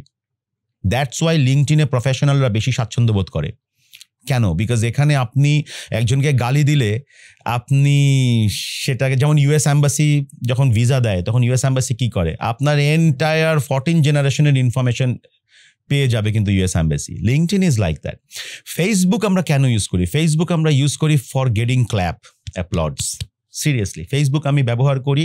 ফেসবুক থেকে আমি এই লাইফে কিছু পাইনি, বাট ফেসবুক থেকে আমি প্রচুর হাততালি পেয়েছি। বাংলাদেশ এবং বাংলাদেশের বাইরে থেকে অসংখ্য মানুষের মানে প্রেইজ পেয়েছি আলহামদুলিল্লাহ, ফলোয়ার্স পেয়েছি, বাট ওই অর্থে আমার হয়নি। বাট লিঙ্কডইন আমাকে কাজে দেয়। সো এই যে হুট করে আমার একটা ছবিতে আমাকে না দেখে না চিনে আপনি একটা মন্তব্য করে ফেললেন, আপনি আমাকে মেসেজ করার সময় আপনি শব্দের রাখলেন না, আপনি আমাকে সিম্পলি হাই হ্যালো, আপনি রাত 3টার সময় আমাকে মেসেজ পাঠাইলেন হেই আর ইউ দেয়ার, কারণ এখানে আপনার দেওয়া আছে, অটো ক্যাপশন দেওয়া আছে হেই দেয়ার। তারপরে আপনি একজন স্টুডেন্ট, আপনি আমাকে বললেন যে hey Ripon I would like to meet with you. আমেরিকাতে তো এটা চলে, হ্যাঁ। সো বাট এটা তো আমেরিকা না। সো আপনাকে কালচারাল অ্যাওয়্যার হতে হবে। Hey Ripon how are you, can we have coffee tonight? আমি কই বিষ আছে, বিষ আছে, বিষ। সো এই যে কমিউনিকেশনের ইগুলো, তো আমি একবার একটা ছেলেকে বলছিলাম যে, ও বলে স্যার আমার লেখার মধ্যে খালি নেগেটিভ চলে আসে, কি করব আমি? তাই আমি বলছি এক কাজ করো, ডিজিটাল অ্যাসিস্ট্যান্টকে ওপেন করো, চ্যাটজিপিটির ওপেন করো, ওইখানে লেখো আই হেট ইউ। ও লিখছে আই হেট ইউ। এবার বলো যে can you make it positive? ও লিখে দিচ্ছে পজিটিভ। ও আই হেট ইউ বলতে, চ্যাটজিপিটি কোনোদিন নেগেটিভ কিছু বলতে পারে না। চ্যাটজিপিটি ওটা লিখে দিছে যে I think we need some time to get back again or to reconnect again, so please allow me some time. I hate you বলে নেই, মানে তোমার সঙ্গে যে আমি এখন এই মুহূর্তে একটু ডিস্টেন্স দরকার, এইটা চ্যাটজিপিটি ওকে লিখে দিছে। তাহলে যে তুমি যদি মনে করো যে আমার লেখার মধ্যে নেগেটিভ চলে আসে, ইউজ। আমি আপনাদের টুস অ্যান্ড পডকাস্টের মাধ্যমে আমি সবাইকে অনুরোধ করব, please have your own digital assistant and it's free. আপনি এখন এই মুহূর্তে যা কাজ করবেন সেটা ফ্রি দিয়ে চালানো যাবে। পরে যখন আপনি এক্সপার্ট লেভেলে কাজ করবেন তখন আপনি ওকে পেমেন্ট করবেন, সেটা অন্য ব্যাপার। বাট এখন তো এগুলো অনেক ফ্রি। তবে এখানে আরেকটা জিনিস যদি আমি অ্যাড করি, সেটা হলো যে অনেকে আছে যে জাস্ট কপি পেস্ট করে। মানে কয়েকটা এক্সাম্পল দেই, যে কেউ যদি মানে মেসেজ দেয়, বোঝা যায় যে চ্যাটজিপিটি ইউজ করছে কি করেনি। আমরা কিন্তু একটা হিউম্যান টাচ চাই, এটা হিউম্যান একটা পার্সোনালাইজেশন এরকম চাই। আমি দেখলেই বুঝতে পারি, আপনিও বুঝতে পারবেন যে কি এটা সে চ্যাটজিপিটি ইউজ করছে নাকি করেনি। সো আমি যেটা করি কি, যে বাংলাদেশে কিন্তু আমরা যখন ইংলিশ ওয়ার্ডসগুলো ইউজ করি একটা সার্টেন ওয়েতে ইউজ করি। এই কনটেক্সটটা আমি যদি না জানি, না বুঝি, জাস্ট ব্লেটেন্টলি কপি পেস্ট করে দিই, যে দিলাম হয়ে গেল। এমন আমি ইমেল পাই লেখা আছে যে ডিয়ার এন্টার নেম, এরকম যে কত আসছে। আরো শুনবেন, এমনও পাইছি যে কোটস কোলন দেওয়া, প্রথমে কোলন দেওয়া, শেষে কোলন দেওয়া। তাও ভালো যে অ্যাটলিস্ট ওই নিচে লেখা পাস নাই যে please change as it is goes with your, এরকম তো লেখা নেই না। তো তারপরে এরকম প্রচুর এরকম আসে যে অনেক সময় প্রপোজাল দেয় টু সেন্সের সাথে।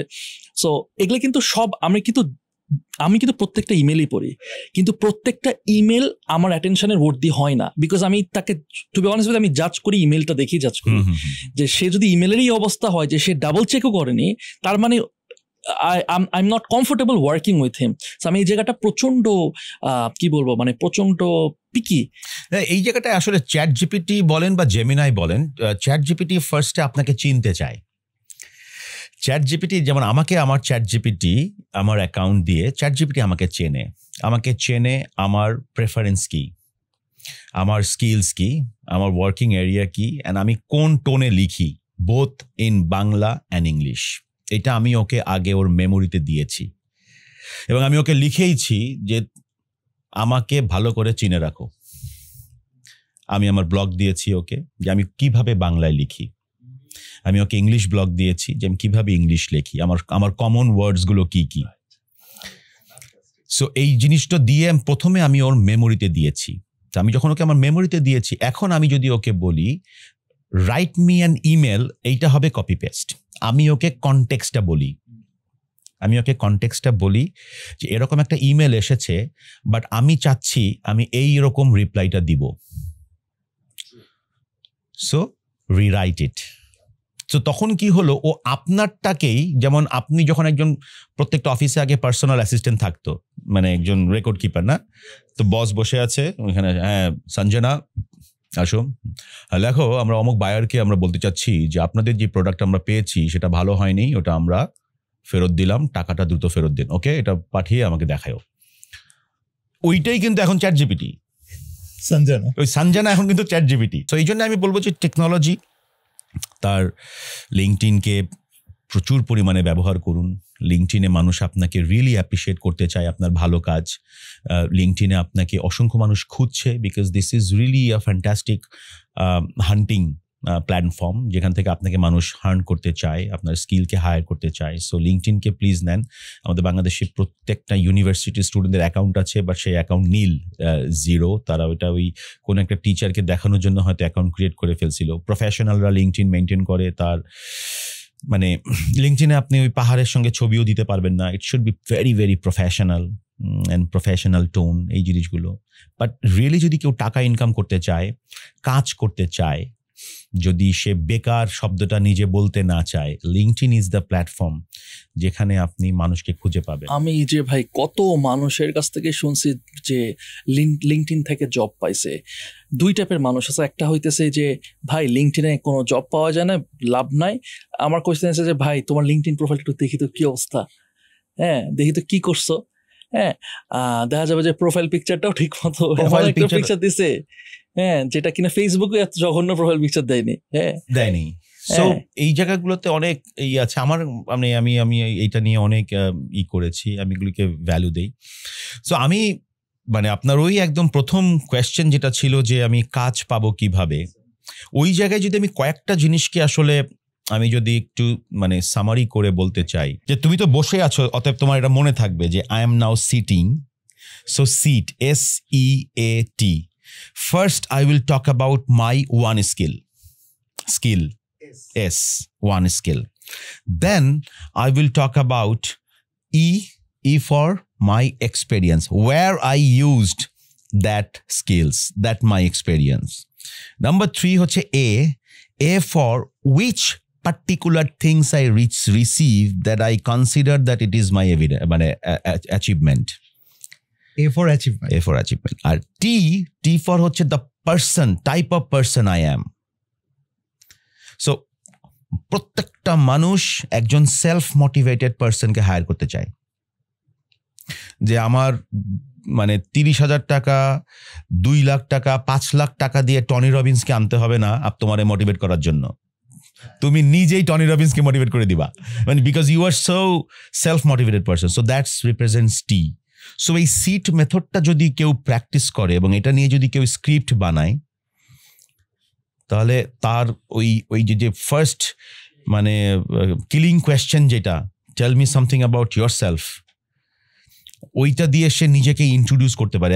প্রথমে এসে বলে আমার নাম রায়হান, XYZ ইউনিভার্সিটি থেকে BBA করছি, তারপর এই তো আপনি চিন্তা করেন এইখানে। তারপরে আরো কিছু বলেন যে আমি অমুক গ্রাম থেকে আসছি, আমার বাবা এই করেন, আমরা 3 ভাই বোন,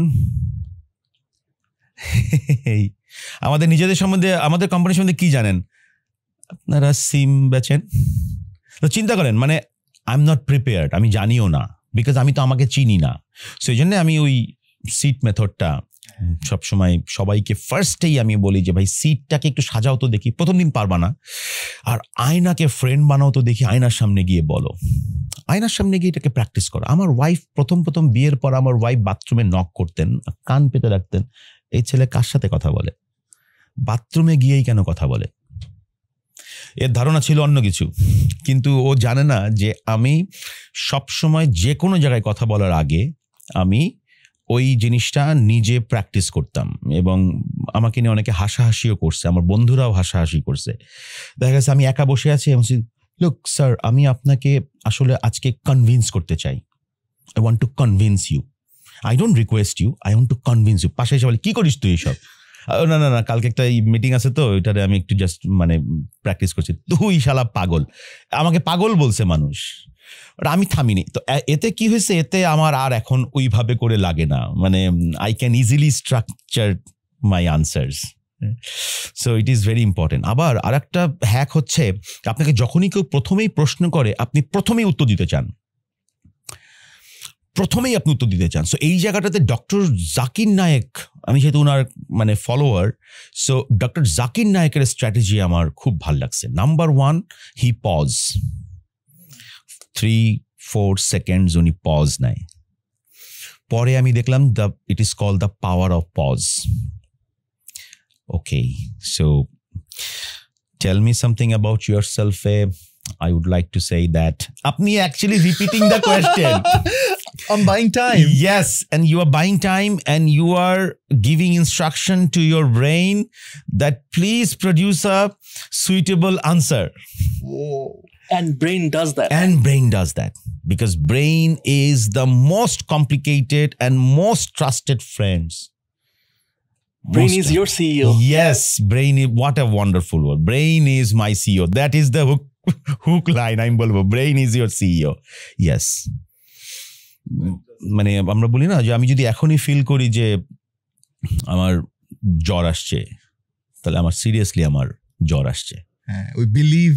সো ইন্টারভিউর কোয়েশ্চেন হ্যাকের প্রথম যেটা বললাম যে give a pause, 2, 3, 4, 5 seconds, and if you can repeat in a well মানে অ্যাক্টিং করে।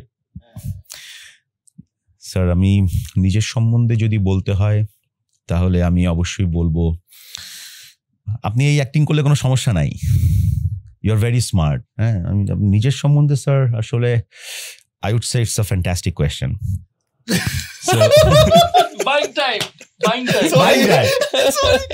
I can it's actually resist a buying myself. time. I can see what হ্যাঁ। you are doing. I আমি can আমি see. এইভাবেই Sorry. করতাম, আমি এভাবেই করতাম, আমি এখনো করি।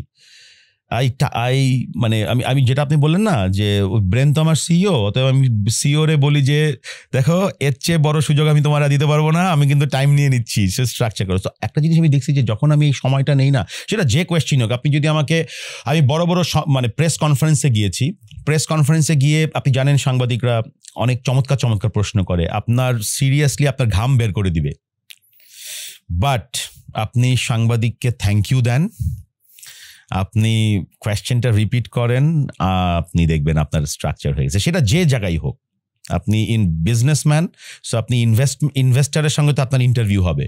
আমরা শুধু মনে করি চাকরি মানে মনে হয় শুধু যে চাকরি করবে তার জন্য ইন্টারভিউ। একজন এন্টারপ্রেনারও তো ইন্টারভিউ ফেস করতে হয়, ব্যাংকের সাথে মানে মিটিং করে ইন্টারভিউ দিতে হয়, কাস্টমারের সাথে নিয়মিত কাস্টমারের সঙ্গে নিয়মিত ইন্টারভিউ দিতে হয় যে why he or Why she should should I? বাই, Continuously যে রিটেন করতে হয় বা রিটার্ন করতে হয়। সো কমপ্লেইন করতে আসছে একজন, দ্রুত কমপ্লেইন করতে আসছে, আপনার মাইরা ফেলবে, এত বিরক্ত আপনার প্রোডাক্ট নিয়ে। বাই টাইম, স্যার আপনি বসেন, যাওনি কেন এখনো, স্যার আপনি বসেন, আমি আপনাকে অনুরোধ করছি আপনি প্লিজ বসেন। ও ফায়ার, ও কতক্ষণ আপনি যদি পাল্টা রিপিট কোয়েশ্চেন না করেন, ও কোনো দিন মানে 20-30 সেকেন্ডসের বেশি আপনার সঙ্গে সে চিল্লাতে পারবে না। যখনই আপনি ওকে অপোজ করবেন, কি বলেন, এই কি বলেন, ইটস আ বুলেট, কি বলেন, কেন আপনার কি মনে হয় আমি মিথ্যা কথা বলতেছি, এই শুরু হয়ে গেল কিন্তু ঝগড়া। না না, আমি সেটা কবে বললাম, এই মাত্রই তো বললেন। দেখেন একটা কি বলেন দিয়ে কত লম্বা করলেন, টেক্সটটা কত লম্বা করলেন।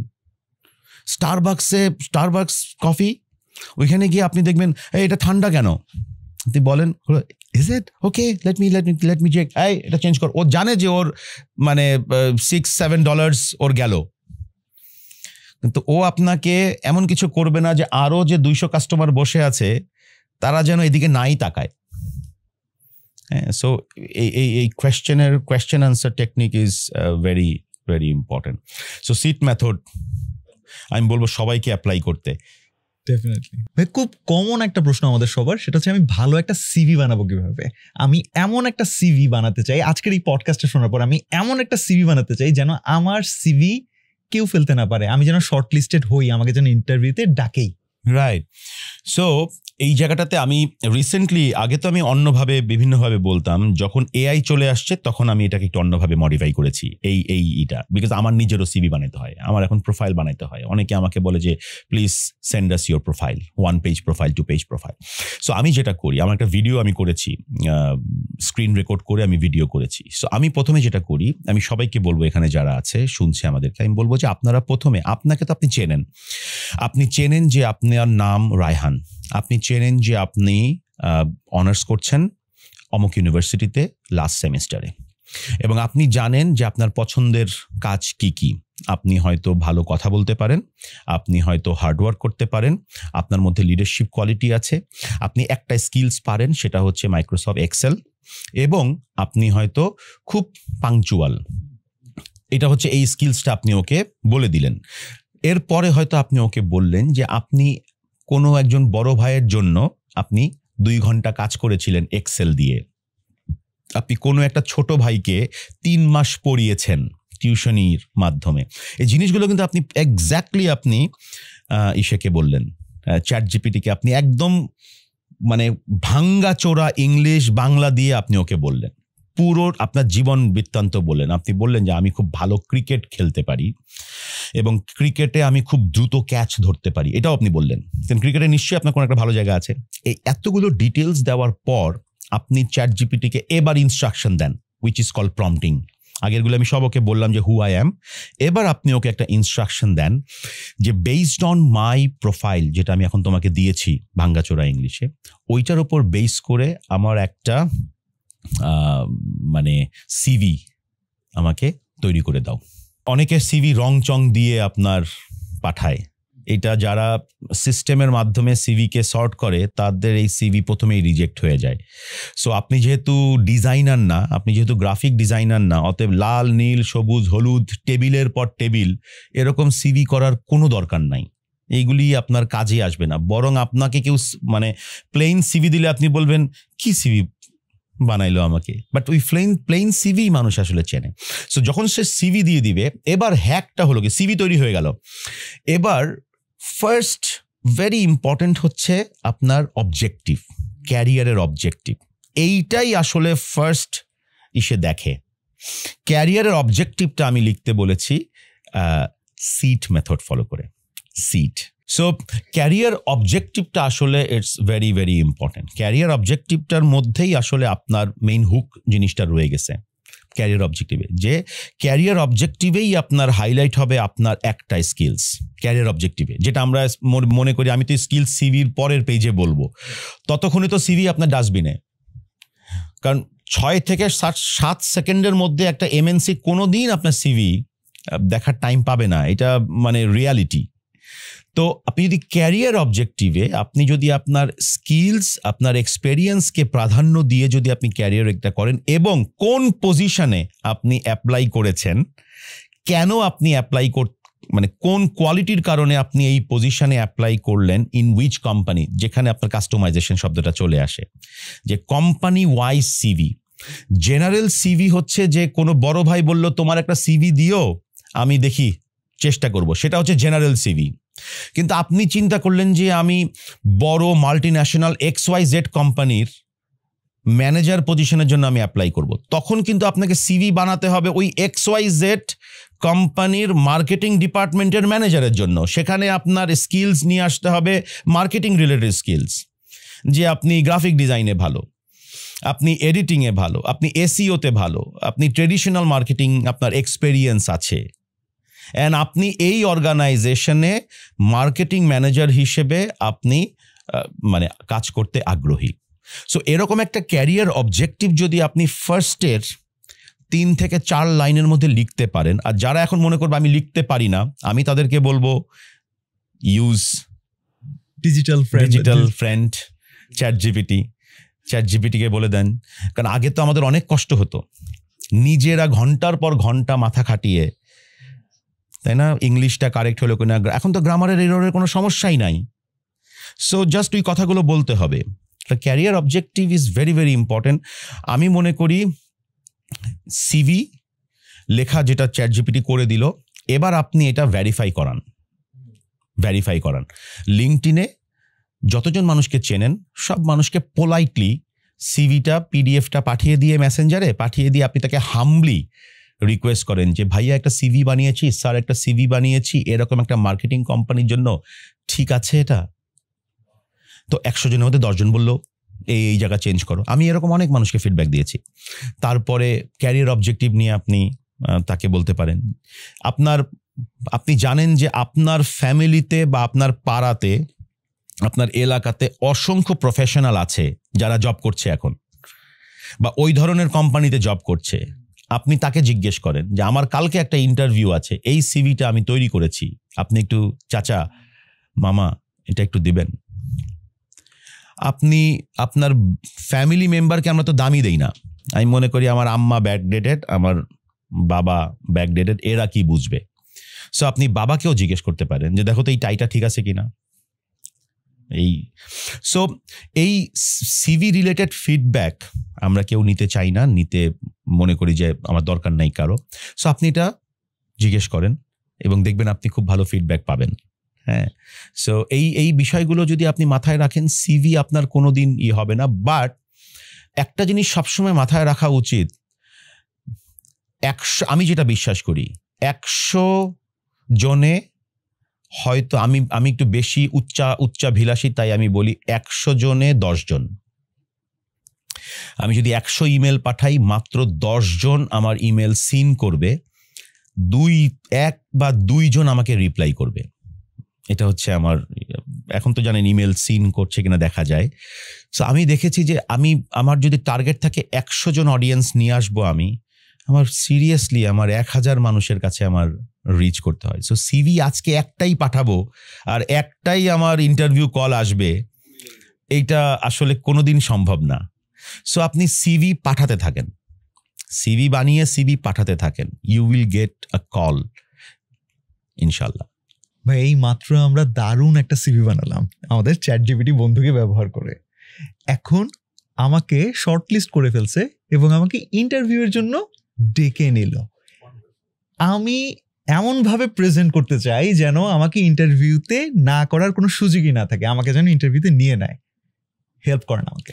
সো এই জায়গাটাতে কি হয়, যেটা আমি আমার এক্সপিরিয়েন্স থেকে আমি বলার চেষ্টা করব, সেটা হচ্ছে যে আমি যখন ফার্স্ট সিভিটা দেই অনেক জায়গায়, প্রায় 100-র উপরে কোম্পানিতে আমি সিভি পাঠিয়েছি।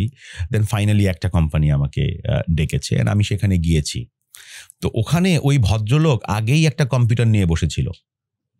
তো আমি কম্পিউটার দেখে আমার মনের মধ্যে একটা জিনিস আসছে যে নিশ্চয়ই ও কাজ কইরা দেখাতে বলবে, এবং অ্যাকচুয়ালি সেটাই হয়েছে। বাট আমাকে চমৎকার কিছু উপদেশ দিয়েছিল যে ওই যে ফার্স্ট ইমপ্রেশনে আমি সবাইকেই বলবো যে ফার্স্ট ইমপ্রেশনে আপনি যদি মনে করেন যে আপনাকে মানুষ হায়ার করবে, তাহলে আপনি আপনার অ্যাপিয়ারেন্স, আপনার অ্যাটায়ার, এইটাকে আপনি 100% প্রফেশনাল করেন।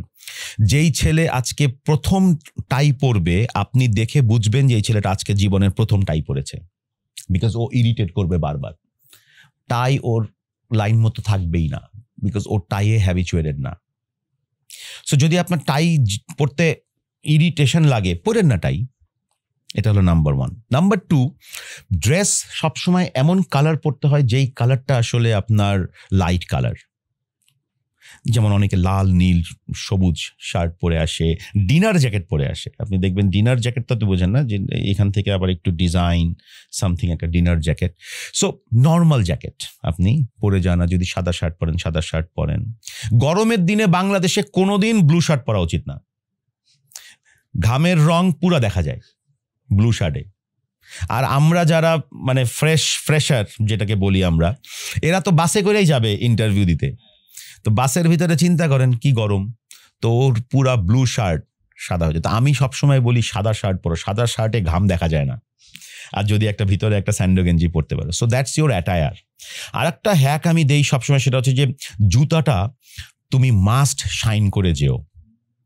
এগুলি তোমার ইনভেস্টমেন্ট। এই যে বললাম, শার্ট, একটা কালো প্যান্ট, একটা সাদা শার্ট, একটা জুতা শাইন করা, এগুলো হচ্ছে ওর পার্সোনাল ইনভেস্টমেন্ট। এইটা রেখে দেওয়া যে this is my interview clothes, interview attire. Now সে যখন ঢুকবে ভিতরে, ঢুকলেই কিন্তু তাকে প্রথমেই জিজ্ঞেস করবে, hey mister Raihan, tell us something about yourself, or is there anything that I would be happy to know? এখন ও প্রথমেই ঘাবড়ায় যাবে, আল্লাহ অক্সফোর্ড ইংলিশ বলা শুরু করছে, ওর ডিকশনারি লাগবে এখন।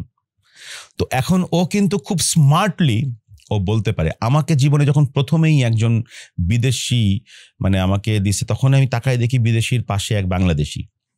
আমি বলছি, কারণ আমি জানি বাংলায় খুব ভালো হব ইংরেজির চেয়ে। আমি বলছি, sir if you don't mind, আমি কি আনসারটা বাংলায় দিতে পারি? তাহলে আমি আমার ইমোশনটাকে ফুললি এক্সপ্রেস করতে পারবো। উইদাউট পারমিশন আমি বাংলায় বলা শুরু করিনি।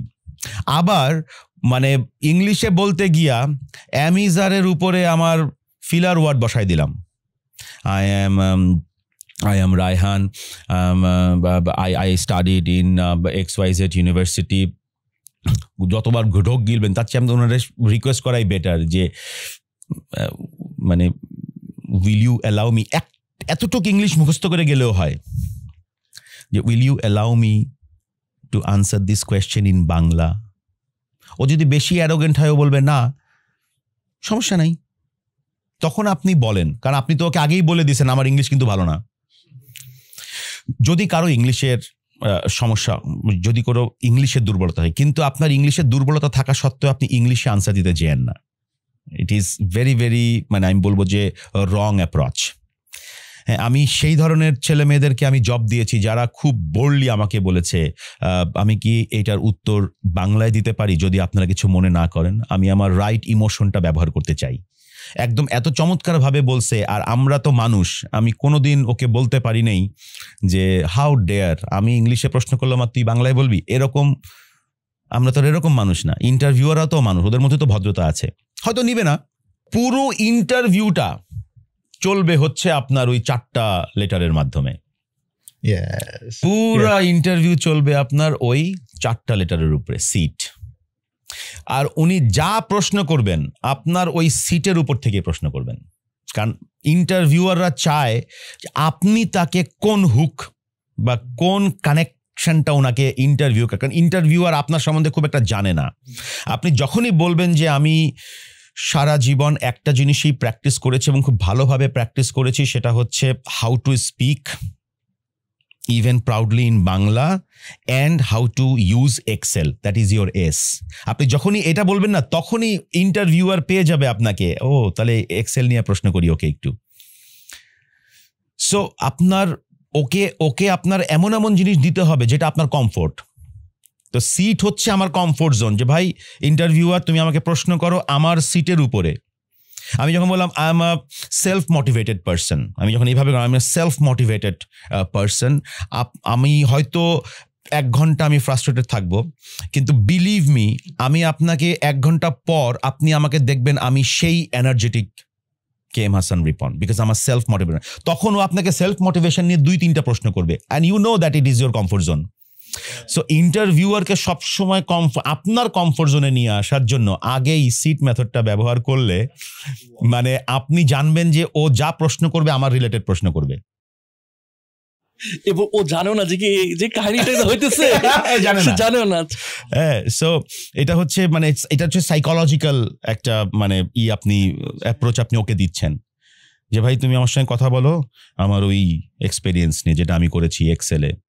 বাট এই জায়গাটা আমার মনে হয় যে কি খুব কেয়ারফুলি করতে হবে, ওই যে অ্যাপ্রিসিয়েশন আর বেশি তেলবাজির মধ্যে যে ডিফারেন্সটা। হ্যাঁ হ্যাঁ হ্যাঁ হ্যাঁ হ্যাঁ, এমন হবে যে না আমি আমার লাইনেই একটু বুঝে গেলে তো শেষ, বুঝেছি দা। সে বলবে যে স্যার আমি আমার সম্বন্ধে বললে আমি বলবো যে স্যার আমি এক্সেলে খুব ভালো স্যার, আমি এক্সেলে কাজ করেছি, আমি নিজে শিখেছি, আমি একটা ইনস্টিটিউটেও ট্রেনিং নিয়েছি এক্সেলে, প্লাস আমি আমার অনেক বন্ধুবান্ধবদের এক্সেলের ডেটা শিট তৈরি করে দিয়েছি স্যার। আমি বলবো যে এইটার উপরে আমার প্রায় 300 ঘন্টার অভিজ্ঞতা আছে। তা আমরা না ইচ্ছা করে নাম্বার বড় করি, যদি বলি 2 দিন তাহলে 2, আর যদি বলি স্যার আমার 48 ঘন্টা কাজ করার অভিজ্ঞতা আছে, সো কোথায় 2 কোথায় 48। সো অলওয়েজ হিপনোটাইজ করা যে আমার স্যার 48 আওয়ার্সের একদম ডিরেক্ট স্যার ওয়ার্ক এক্সপিরিয়েন্স আছে উইথ এক্সেল, যেটা আমি একটা আমাদের নিচেই স্যার একটা মুদি দোকানে আমি তাদের শিট করে দিয়েছিলাম, অ্যাকাউন্টিং শিট আমি করে দিয়েছিলাম। অ্যান্ড সিরিয়াসলি স্যার, ওই অ্যাকাউন্টিং শিট করতে গিয়ে ইউ ওয়ন্ট বিলিভ, আপনি বিশ্বাস করবেন না স্যার, আমার ওই আঙ্কেল দেখেছে যে তার প্রফিট হয়েছে 500 টাকা বেশি, কিন্তু তিনি এটা জানতেন না। That is my achievement. Hook হয়ে গেছে, মানে ও কিন্তু বলে দিল যে স্যার আমি ওই এক্সেলে ওই আঙ্কেলকে করে আমি এটা করলাম। অ্যান্ড স্যার আমি সবসময় আমি জানি যে আমি একজন সেলফ মোটিভেটেড পারসন, অথবা আমি একজন সহনশীল ব্যক্তি, অথবা আমি জানি how to convince, I can convince my self. এই ধরনের সাহসী ব্যক্তিকে মানুষই রিক্রুট করতে চায়, যে তোমাকে কনভিন্স করার জন্য আমার বাইরে থেকে টাকা লাগবে না, আমার আলাদা HR লাগবে না। সো যখন আপনি এই রিলেটেড একটা গ্রাউন্ড দিলেন, এবং এই রিলেটেড গ্রাউন্ডটা আপনি দিচ্ছেন মাত্র 1.5 মিনিট 2 মিনিটের মধ্যে, এবং এইটা আপনি আয়নায় বারবার প্র্যাকটিস করে যাবেন, যে আজকেই প্রথম বললেন না, বারবার। এখন আপনি তো মিথ্যা কথা বলতে পারবেন না, তো আপনার একটা ওয়ান স্কিল লাগবে। আপনার সত্যিই একটা আঙ্কেলকে অ্যাপ্রোচ করতে হবে, আপনার সত্যি আঙ্কেলকে কাজ করায় একটা অ্যাচিভমেন্ট দিতে হবে, অ্যান্ড সত্যি আপনার টাইপ অফ পার্সনটা যেটা হতে হবে সেটা যেন আসলে সত্যি হয়। তো মিথ্যা কথা দিয়ে তো আর আপনি ইন্টারভিউয়ারের মন জয় করতে পারবেন না। সো সত্যি কথা, মানে আমি যেমন আমার এক্সেলকে হাইলি সেল করছি, আমার জীবনের প্রথম চাকরি হয়েছে 2টা কারণে। এক হচ্ছে আমার উপস্থাপনা, আর 2 নাম্বার হচ্ছে আমার এক্সেল। এবং আমি এই 2টার উপরেই জোর দিয়ে আমার জীবনের প্রথম ইন্টারভিউ ফেস করেছি, and I got the job.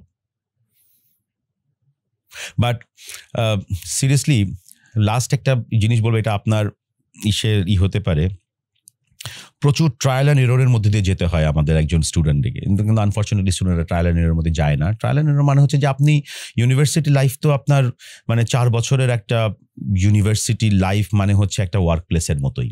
কারণ আমাদের বাংলাদেশের এখনকার ইউনিভার্সিটিগুলোতে প্রচুর ইভেন্ট হয়, প্রচুর কাজ করার অপশন থাকে। So it's like a 4 years একটা ওয়ার্ক প্লেস। সো আপনি চেষ্টা করেন ওই ইউনিভার্সিটির কাজগুলোর সাথে নিজেকে যুক্ত রাখতে, ক্যাম্পেইন করা, ক্লাবের সাথে অ্যাক্টিভিটিসগুলো করা, যেগুলো আপনাকে কথা বলতে সাহায্য করবে। The more you have experience and skills, the more confidence you will have while speaking. So যদি কিছুই না থাকে, 0, শুধু মুখস্থ করছেন আর CGPA পাইছেন, তাহলে আপনার কথা বলেই বুঝে যাবে যে আপনার ভিতরে কিছু নাই। সো এটা খুব গুরুত্বপূর্ণ। আমি আমার লাইফে প্রচুর ট্রায়াল অ্যান্ড এরর গেছি। আমি ইভেনকি আমি মডেলিংও করছি, র্যাম্প ওয়াক করছি। আমার এক আঙ্কেল বলল, তুই তো অনেক লম্বা, তুই স্লিম আসিস, তুই মডেল হ। আমার মনের মধ্যে লাগলো আরে হয়ে যাই মডেল। তখন অলরেডি নোবেল বা অন্যরা মানে মডেল। সো আমি মডেলিং করলাম বিভিন্ন শিল্পকলা একাডেমি বা এখানে যে র্যাম্প ওয়াক, বিভিন্ন ধরনের পাঞ্জাবি পরায় হাঁটাইতো। বাট আমার ওই ট্রায়াল করে টাকা পাইতাম, কিন্তু আমার কাছে না ভালো লাগেনি, না, this is not my field. একজন বললো হিরো হ, FBC-তে নিয়ে বসায় রাখতো। আমাদের এক ভাই ছিল, এলাকার ভাই, তিনি বলতো এই যে দেখো ইমনরা কিভাবে কাজ করে, এই যে দেখো অমুকে কেমন কাজ করে, ফেরদৌস কিভাবে কাজ করে, তুমি ফেরদৌস হবা, তোমার তো হাইট আছে মিয়া। তাই না, আমার FBC নিয়ে গেছে। তো ওইখানে কিছুদিন ইটি করার পর now this is not my field. আমি ব্রডব্যান্ডে কাজ করতাম, ভাল লাগেনি। এই যে ট্রায়াল অ্যান্ড এরর করতে করতে করতে finally goat one, which is education and skill learning and development sector. Learning and development sector যখন আমি আসলাম এবং আমি যখন নিজের চোখে দেখলাম যে I can transform people,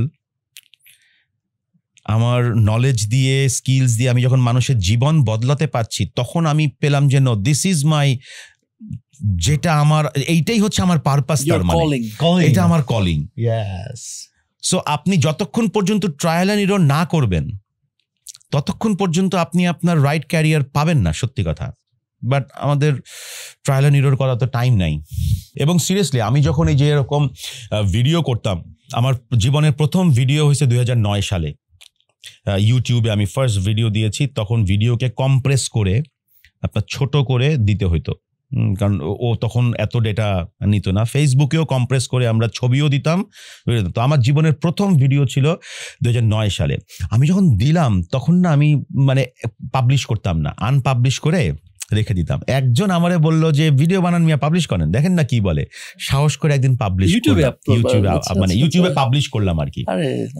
মানে ওটা প্রথমে নিজের কাছে রেখে দিতাম আর কি, যে আনপাবলিশ করে আনলিস্টেড করে রেখে দিলাম। পরে আমি এটাকে পাবলিশ করলাম। পাবলিশ করে না, I am getting feedback and I am getting দোয়া। তখন আমি চিন্তা করলাম যে এটা তো আমি পাবো না। পরে একটা মাল্টিন্যাশনাল কোম্পানির কল পেলাম। আমি চিন্তা করলাম যে তাহলে আমি একটু ওই জায়গায় যাই, একটু টেকনোলজি রিলেটেড কাজ, মাল্টিন্যাশনাল, স্যালারি ট্যালারি হিউজ। তা আমি চিন্তা করলাম যে আমি যাই। আমি ওই অফিসে গেলাম। ওই অফিসে গিয়ে না আমি দেখলাম যে এখানে সব আছে, কিন্তু আমার ওই চাহিদাটা নাই। মানে যেটা আমাকে আমার ভেতরে মনে করে যে আমি সারাদিন কাজ করব, ওইটা নাই। আমি সিরিয়াসলি আমি ইন্টারভিউ দিলাম, খুব ভালো কথা বললাম। আর উনি আমাকে বললো যে কবে জয়েন করবেন। আমি না ওনাদের তাকায় আছি এভাবে করে, হ্যালো কবে জয়েন করবেন আপনি? আমি বললাম আমাকে আপনি একটু সময় দেবেন, কারণ আমার একটা এক্সিস্টিং অলরেডি কাজ আছে, তো আমি তাদের সাথে একটু কথা বলতে হবে। Would you mind to give me some time? তো বলে ইয়েস গো অ্যাহেড। আমি বাসায় এসে না আমি চিন্তা করলাম যে আমি কই যাচ্ছি, that's not my place, and I rejected that politely. আমি তাদেরকে বললাম যে অ্যাকচুয়ালি সরি, আমি আসলে মানে পোলাইটলি আমি তাকে একটা থ্যাঙ্কস গিভিং ইমেল দিয়ে আমি তাকে দিলাম। সো যেটা বলছিলাম যে ইন্টারভিউ তো অনেক সময় রিজেক্ট হয়, কিন্তু বা আপনি মানে পান না জব, কিন্তু আপনি কিন্তু তাকে শত্রু মনে করেন। But your one thanks giving email can create a good bonding and connection. Thanks giving email কেউ দেয় না, শত্রু মনে করে যে তুই চাকরি দিলি না, তোরে আবার ইমেল দিয়ে থ্যাংক ইউ দিব। বাট আপনি যদি তাকে একটা থ্যাংক ইউ দেন, যে thank you so very much, I have really learned a lot from that 2 hours interview or 30 minutes interview. It's actually opened my eyes. So would you mind to let me know how was my performance and which improvement areas that I should focus? এরকম যদি আপনি একটা thank you email দেন, ওই লোকটা এমনও হতে পারে যে নেগেটিভ সিদ্ধান্ত নেওয়ার পর সে পজিটিভ করে দিয়েছে because of your thank you email. আমি একটা জিনিস আমি শিখেছি আমার লাইফে থেকে, আমি শিখেছি। এক ভদ্রলোক আমি পেয়েছিলাম, I was so nervous, my body was like shaking, হ্যাঁ, বাট তিনি আমাকে এমন কমফোর্ট দিলেন যে আমি আসলে পরে খুব রিল্যাক্স হয়ে। তো আমার কাছে এরকম একজন এসেছে, সে আপনার প্রথমত হি ওয়াজ নট প্রিপেয়ার্ড, মানে তার যে আজকে ইন্টারভিউ এটা তাকে দেখে বোঝাই যায়নি। আর নাম্বার 2, তিনি সো মাচ অ্যারোগেন্ট, সে এইভাবে করে বসে আমার দিকে এইভাবে তাকায় আছে, মানে একটু বেন্ড করে বসে না, এভাবে তাকায় আছে। সো আপনি তো মানে ইউনিভার্সিটিতে 4 out of 4 পেয়েছেন, তিনি বলে এরকম মুখ দিয়ে যে ইয়েস বলবে সেটাও নাই। ওকে, গুড। সো আপনার কাছে কি মনে হয় 3.4 পেয়েছেন আপনি, আর এখানে যেই কাজগুলো লাগবে সেটা তো মোর একটু স্কিল ওরিয়েন্টেড, যে 4 out of 4 পায় সে কাজও করতে পারে, এইভাবে বলছে, ডাইরেক্ট একদম এইভাবে বলতেছে। কারণ ওর টার্গেট হচ্ছে যে ও তো যে কোনো জায়গায় ও চাকরি পেয়ে যাবে উইথ দিস অ্যাটিটিউড। তো আমি আর তাকে তেমন কিছু বলি নাই। আমি বললাম যে না থ্যাংক ইউ, আসলে আপনার যেই লেভেলের এক্সপেরিয়েন্স এবং আপনার যে ক্যারিয়ার ট্র্যাক, ইট ইজ আলহামদুলিল্লাহ খুবই ভালো। Thank you. আমাদের একটা টিম আপনার সিভিকে নিয়ে একটু রিসার্চ করে দেন আমাদের নিয়ম হচ্ছে এটা ফার্স্ট ইন্টারভিউ, সেকেন্ড ইন্টারভিউতে আমরা আবার আপনার সাথে একটু বসতে চাই। Thank you so very much. ওনাকে কিন্তু ওনার অ্যাটিটিউড ওয়াজ লাইক দ্যাট, ডন পাবলিক ইউনিভার্সিটির 4 out of 4। সো মানে এই ধরনের একটা আমি পেয়েছিলাম। আর একটা পেয়েছিলাম সিরিয়াসলি ফেইন্ট হয়ে যাচ্ছে, অজ্ঞান হয়ে যাচ্ছে। তা আমি তার বডি শেকিং দেখে আমি তাকে সিরিয়াসলি, আমি আসলে বসি হচ্ছে রাউন্ড টেবিলে, মানে রাউন্ড টেবিলে বসি, মানে টেবিলের ওপার এপার করি না আর কি। টেবিলের ওপার করলে একটা মানে সাইকোলজিক্যাল প্রেশার অলরেডি মানে ইন্টারভিউয়ের মনের মধ্যে চলে আসে, সাইকোলজিক্যাল প্রেশার। ও আচ্ছা, এইটাই তাহলে সেই টেবিলের ওপার। সো ওই টেবিলের ওপারকে চিন্তা না করে আমি রাউন্ড টেবিল করি, যে এখানে কোনো পার নাই। ইটস লাইক মানে যে কলম্বাসের সেই পৃথিবী, যে গোল না কি সে বুঝবে না। সো আমি বসি, তিনি বসেন, আমার অন্যান্য কলিগরা বসেন। So we are like a team. And তাকে আমি বলি না পানি খাও। আরে কিসের ভয় মিয়া, পানি খাও। তো পানি খায়, নাও তুমি ঘেমে যাচ্ছ কেন, টাই খোলো। আমার এখানে টাইয়ের কোনো প্রয়োজন নাই। আপনি যখন ওকে কমফোর্ট দেবেন না ভাই, আপনার একজনকে ক্ষতি করার দরকার কি? আপনার বাঘ হয়ে ইন্টারভিউ নিতে হবে? আমি আমার সকল ইন্টারভিউয়ারদের আমি বলি, ভাইয়া মানে আল্লাহ আপনাদেরকে সব দিয়েছে, আপনাদেরকে ডেজিগনেশন দিয়েছে, পাওয়ার দিয়েছে, চেয়ার দিয়েছে, এবং যেই ছেলেগুলি আপনার কাছে আসে আপনি ওকে একটু কমফোর্ট দেন, সিরিয়াসলি ওকে একটু কমফোর্ট দেন, ওর একদম কাছাকাছি বসেন, যেন ওর চাকরিটা না হলেও যেন ও সারা জীবন চিন্তা করতে পারে যে এখান থেকে এই জিনিসগুলো শিখছি, ভয়ে এগুলো মনেও থাকে না। So, আমি বাংলাদেশের সকল রিক্রুটারদের বলবো, বি আ ফ্রেন্ড। এটার জন্য আপনার বেশি ক্ষতি লাগবে না, এক গ্লাস পানি ম্যাক্সিমাম। অনেক সময় আবার এরকম হয় সিভিতে আপনার দেখবেন দুনিয়ার সবচেয়ে কম দামি, কোনো এক্সপেরিয়েন্স নাই এমন একটা মানুষকে দিয়ে পাসপোর্ট সাইজ ছবি তোলে। একটা পাসপোর্ট সাইজ ছবি তোলো ভাই, একটু যার অভিজ্ঞতা আছে 10 টাকা দিয়ে একটা ছবি করে দিবে, বা বন্ধুরা বলো এই দাদা এখানে দাঁড়া, এই সাদা দেয়ালের উপরে দাঁড়া, ও এখানে দাঁড়ায়, বন্ধু তুলে দেয়। ভাই আপনার তো যাচ্ছেই সিভি যেখানে আপনার বডি নাই, তখন না একটা ভয় লাগে ভাই, ঠাট করে একটা ক্লিক করে শেষ। কিন্তু ভাই এগুলো সিভি দেখতে ভয় লাগে, এগুলি সিভি দেখে ভয় লাগে। সো আবার অনেকেই আছে এগুলি জানে না, ফেসবুক থেকে প্রোফাইল পিকচার নিয়ে এইভাবে করে একটা মেয়ের ছবি দিছে, যাই হোক ও জানে না, তো আমি ওকে বুঝাই দিছি যে দেখো এই ছবিটা দিও না, আমি তোমার এনিমি না, দ্যাটস ওয়াই আমি তোমাকে এটা বুঝাইলাম, হয়তো অনেকে তোমাকে এই সুন্দরভাবে বুঝাবে না। সো এরকম অনেক উইয়ার্ড আছে, বাট মানে আমি এগুলিতেও খারাপই করি না, ট্রায়াল অ্যান্ড এরর। হ্যাঁ 2-3টা ইন্টারভিউ ওইভাবেই ফেল আসলে- করতে একটা তো ইনশাআল্লাহ হবে। মানুষ আসলে শিখে রিজেকশন এই যে বলে না, এই আব্দুল কালাম বলেছিলেন, এপিজে আব্দুল কালাম, যে first attempt in learning, rejection is the first attempt in learning মানে ফেইল। এই তুমি ফেল করছো, yes, first attempt in learning, আমার শেখার প্রথম ধাপটা কমপ্লিট হয়েছে। সো আমি ফেল করি নাই, আমার ফার্স্ট অ্যাটেম্পট নিয়েছি আমি, নাও সেকেন্ড অ্যাটেম্পটের জন্য আমি আবার ট্রাই করবো। So first attempt in learning. Wonderful একটা কথা বলছেন এটা। তারপরে আবার অনেকে মানে এ ধরনের অনেক সুন্দর সুন্দর জিনিস আমার আগে খুব মনে থাকতো। বিলিভ, যে ছিল একটা, believing everybody is dangerous, believing nobody is more dangerous. তো আমি এটা আমার টেবিলের উপরে আমি রেখে দিয়েছিলাম, যে তার মানে আমি কাউরে বিশ্বাস করি না। অনেকে প্রাউড করে বলে আমি কাউরে বিশ্বাস করি না, তুমি ডেঞ্জারাস সিচুয়েশনে আছো। রাইটস নাম্বার 1, মানুষকে আপনি গোল্ড দিয়ে সাজায় দেন কিন্তু রাইটস দিবেন না। Right to speak, right to get information, এই রাইটস যদি না থাকে, এই কারণে সারা পৃথিবীতে কোনোদিন কোনো ডিক্টেটর থাকতে পারেনি। এমপ্লয়ীদের ক্ষেত্রেও সেম। একজন লিডার, যেমন এখনকার জেনজিদেরকে বর্তমান লিডারশিপে যারা আছে তারা তো Gen X. So Gen X জেনজিকে অ্যানালাইসিসই করেনি বা এখনো করে না। Gen Z faster, Gen Z they are open, they are flexible, they are মানে আমি কি বলবো, যে তারা খুব দ্রুত সিদ্ধান্ত নেয়, তারা এনথুজিয়াস্ট, তারা টেক স্যাভি, হ্যাঁ, তারা একটু উদাসীন, তারা ফোকাসড না, মানে সবকিছু ভালো খারাপ মিলে আছে জেন। এখন আপনি তো লিডার, আপনি এখানে যাকে হায়ার করেছেন এরা সবাই হচ্ছে জেনজি।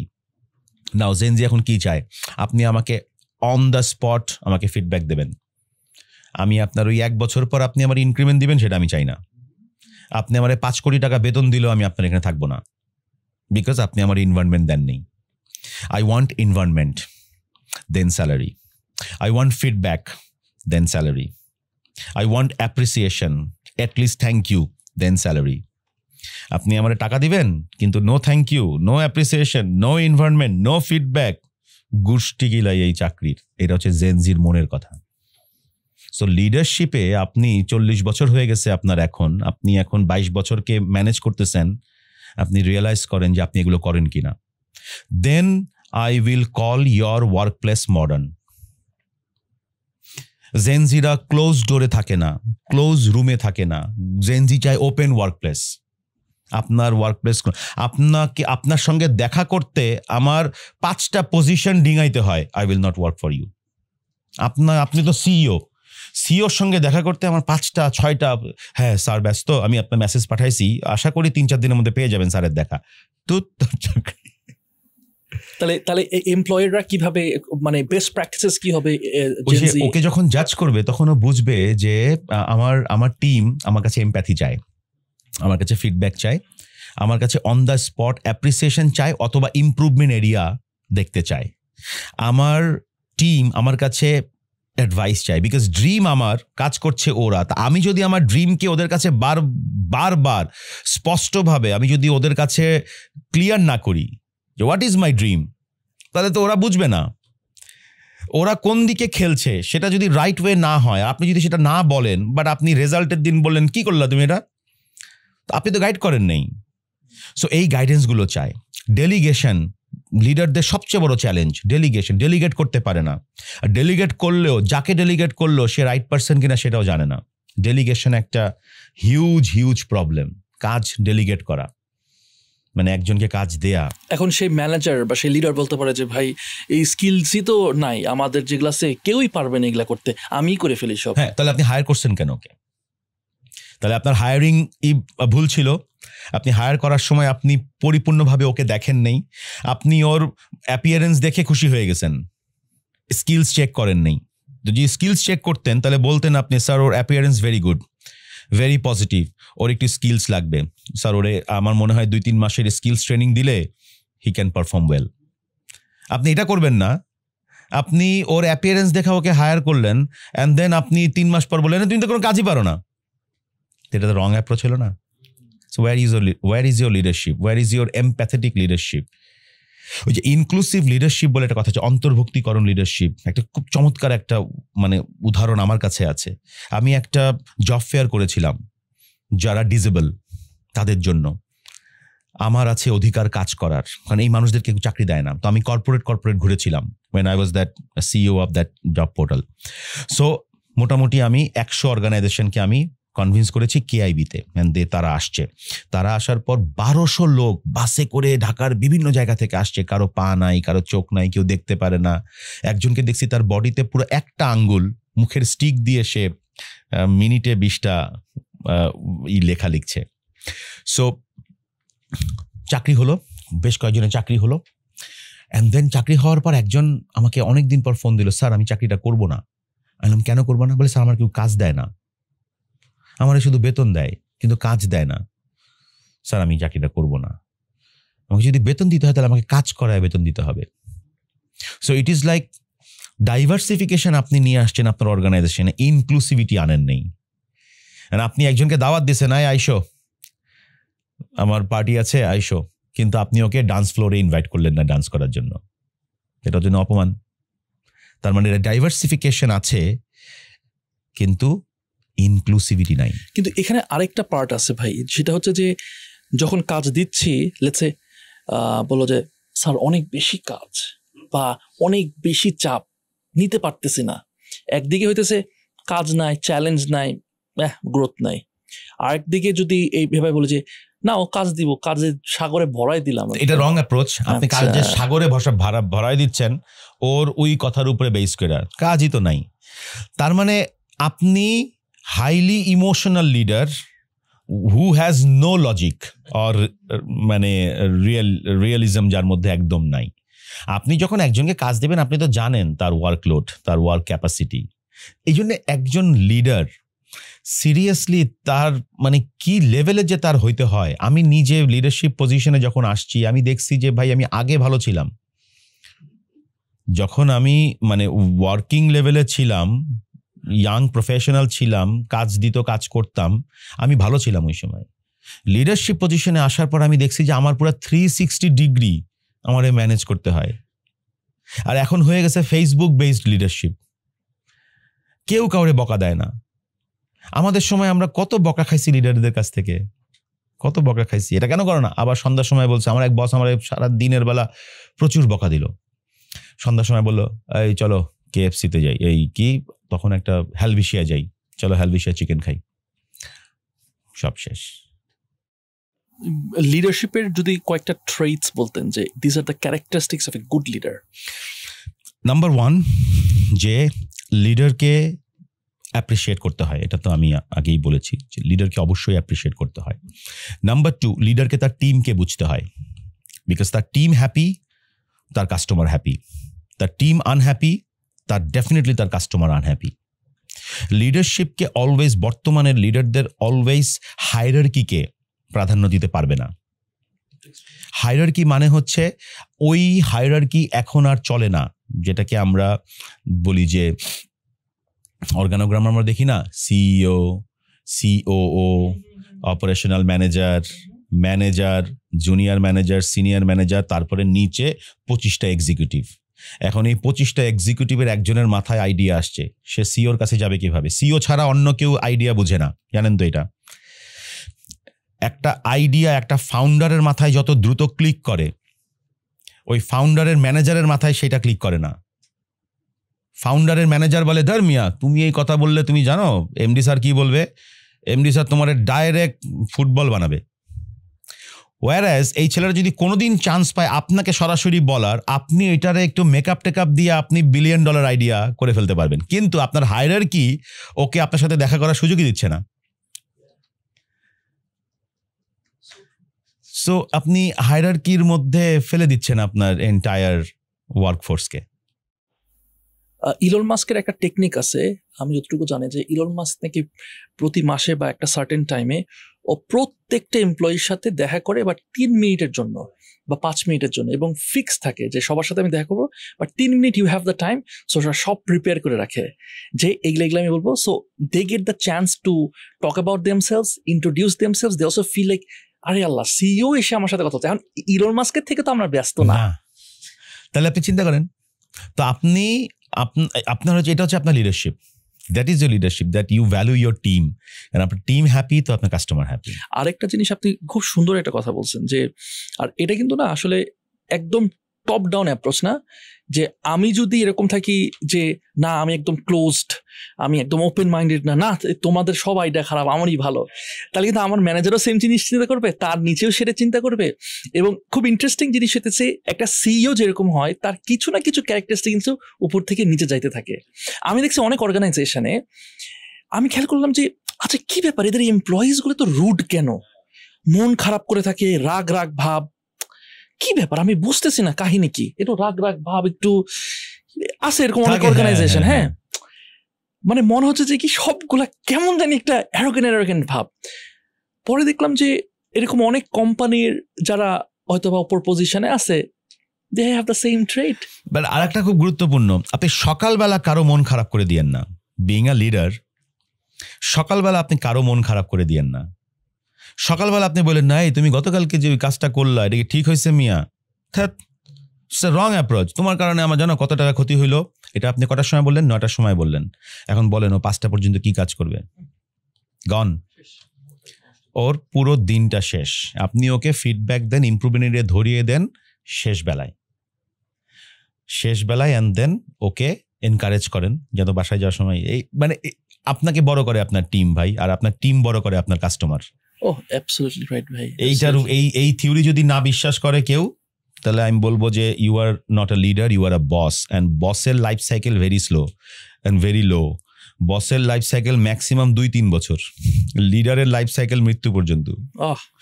আমাদের এখানে বসের সংখ্যা বেশি, বসের সংখ্যা বেশি, লিডারের সংখ্যা কম। একদম ঠিকই বলছেন ভাইয়া। আরেকটা টপিক আমি একটু কভার করতে চাই যেটা খুব ইম্পর্টেন্ট, সেটা হচ্ছে নেগোসিয়েশন। এবং এই নেগোসিয়েশনের জায়গাটা আইদার আমরা অনেক স্ট্রাগল করি, লজ্জা পাই, বুঝি না কি বলবো। সেটা যে কোনো নেগোসিয়েশন, সেটা ইন্টারভিউর সময় নেগোসিয়েশন, ক্লায়েন্টের সাথে নেগোসিয়েশন। আমরা যেহেতু চাকরি বাকরি নিয়ে কথা বলছি, let's talk about job interview to negotiations, বা আমি ভাই স্যালারি ড্র করবো, হোয়াটএভার ভাই। বেসিক্যালি আমি how can I become a very good excellent negotiator? নেগোসিয়েশনের প্রথম জিনিস হচ্ছে আপনার কমিউনিকেশনেরই পার্ট হচ্ছে নেগোসিয়েশন, তাই না? বিকজ আপনাকে তো সারা জীবন কথাই বলতে হয়, নেগোসিয়েট করতে হয় টু কনভিন্স সামওয়ান। নাও নেগোসিয়েশনের সবচেয়ে গুরুত্বপূর্ণ যেটা আমরা সবসময় মিস করি সেটা হচ্ছে WIIFM। প্রত্যেকটা মানুষের মনের ভিতরে একটা FM রেডিও চলতে থাকে, যেটারে বলে WIIFM, what's in it for me. So এই what's in it for me মানে আমার জন্য ইহাতে কি আছে ভাই, এখনো তো বললা না, আমার কি লাভ, আমার কি আছে এখানে। এখন এটা মুখে কেউ বলে না, কিন্তু মনের মধ্যে রেডিওটা বাজতেছে, হ্যাঁ এই বুঝি বলবে, এই বুঝি বলবে, এই বুঝি বলবে, কিন্তু সে তার কথা পুরাটা বলে গিয়ে বলো thank you sir, so nice of you sir, আপনাকে খুব ভালো লাগছে স্যার, হ্যাঁ চাকরি দিলে ভালো, কিন্তু আপনি এখনো বলেন নেই what's in it for me. So এটা ব্যবসায়ীর জন্য what's in it for me, চাকরি যিনি দিবেন তার জন্য what's in it for me, মানে প্রত্যেকটা জায়গাতে মানুষের মনের মধ্যে দুই এন্ডেই what's in it for me বাজতেছে, WIIFM। সো এটা হলো নাম্বার 1। নাম্বার 2 হচ্ছে নেটওয়ার্ক, মানে negotiation is not a war. Negotiation মানে যুদ্ধ না। আপনি যুদ্ধ করার উদ্দেশ্যে নেগোসিয়েট করতে যান, ওরা আজকে খেয়ে ফেলবো, তুই আমার সঙ্গে নেগোসিয়েশন করতে বসছিস, তুই জানিস আমি কে। সো এরকম একটা অ্যাটিটিউড নিয়ে যখন আপনি নেগোশিয়েট করতে যাবেন, তখন তো WIIFM রেডিওটা আপনি শুনবেন না, আপনার কানে আসবে না, তার মনে যেটা বাজতেছে ওটা আপনার কানে আসবে না, because you already taken it as a war. So প্রথম কথা হচ্ছে negotiation is not war, it's a win win strategy. তুমিও জিতবা, আমিও জিতবো, তোমাকে পুরোপুরি হারিয়ে আমি জিততে পারবো না। সো এই দুইটা জিনিস নিয়ে যদি মানুষ একটু রিসার্চ করে, একটু গবেষণা করে, তাহলে আমার কাছে মনে হয় এটা হচ্ছে ওই এমপ্যাথি। এই যে WIIFM আর it's not war, it's win win, এই দুইটা জিনিস যদি আপনার ভেতরে এমপ্যাথি না থাকে, ইমোশন না থাকে, প্লাস লজিক না থাকে, আপনি এই দুইটা জিনিস কখনো বুঝবেনও না, আপনি এই দুইটা জিনিস কখনো করতেও পারবেন না। কোন দুইটা জিনিস? WIIFM and find out win win strategy. এটার জন্য আপনাকে প্রথমে মানুষ হইতে হবে, কারণ একমাত্র ইমোশন মানুষের কাছে আছে। রয়্যাল বেঙ্গল টাইগারের সামনে একটা নবজাতক বাচ্চাকে রেখে দেন, ওর যদি ক্ষুধা থাকে পেটে, ও কোনো কিছু চিন্তা করবে না, বাট একটা ক্ষুধার্ত মানুষের সামনে বাচ্চাটাকে রেখে দেন, ও কোলে নিবে, খাবে না। That's why we are human. But যখন আমরা নেগোশিয়েট করতে যাই, উই বিকাম টাইগার। আর টাইগার লোকালয়ে আসলে কি হয় সেটা তো বোঝাই যায়, হয় ও মারবে নয় ওরে মারবে। হ্যাঁ, সো এটা নিয়ে আসলে অনেক চিন্তা ভাবনা করা দরকার। সো আজকে আগামীকাল যাদের নেগোসিয়েশন আছে, আমি বলবো প্লিজ WIIFM আর উইন উইন স্ট্র্যাটেজি বের করে আপনারা আগান। আগে থেকে যদি প্রিপেয়ার করে ফেলে তাহলে কিন্তু আয়নার সামনে দাঁড়াবে, তারপরে ওর কি কি আছে, আচ্ছা ওকে আমি যদি বলি যে আমি না হয় 60 টাকা নিবো, ওরে 40 টাকা দেই, কিন্তু আপনি ওরা 40 টাকা দিতে চান, আপনি ওকে 20 টাকা দিতে চান, ও নিবে, তাহলে এটা উইন উইন হলো না। সো একটু আপনি ছাড়েন, একটু ও ছাড়বে, উইন উইন হয়ে যাবে, দিন শেষে সবাই হ্যান্ডশেক করে আপনার কাছ থেকে বের হবে। সো এটা হচ্ছে নেগোসিয়েশন আর কি। রিপন ভাই, আপনি যেগুলা শেয়ার করছেন, আসলেই এটা যদি কেউ স্টেপ বাই স্টেপ ফলো করে, আশা করি যে আপনারা যারা দেখতেছেন এপিসোডটা আজকের, যে ইনশাল্লাহ আপনারা জব পান। দোয়া করে আপনারা যেন জব পান এটা অ্যাপ্লাই করার পরে, এবং কাজ পান। কাজ পাওয়ার পরে একটু কমেন্ট করে জানাবেন, মেসেজ করে জানাবেন, ইমেল করবেন, ভাইয়াকে জানাবেন। আমরা খুব খুশি হব যদি আপনারা এটা আসলে অ্যাপ্লাই করতে পারেন। এবং আমি বলবো যে এটা শেয়ার করে দেন, মানে শেয়ার করে আপনাদের অনেকে আছে যারা ছোট ভাই ব্রাদার বা অন্য আরো অনেকে আছে, যাতে করে অন্যদেরও হেল্প হয়। হ্যাঁ, so thank you so much ভাইয়া ফর ইউর টাইম, অনেক সময় দিয়েছেন আমাদেরকে, and we really appreciate you, এবং we'd love to invite you again, যে we can have another episode on two cents podcast. Sure, definitely. But আমি একটা জিনিস আপনাদের শেষ হুকটা দিব, হ্যাঁ, সেটা হচ্ছে চাকরি খুঁজলে চাকরি পাবেন না, কাজ খুঁজলে কাজ নিশ্চিত পাবেন।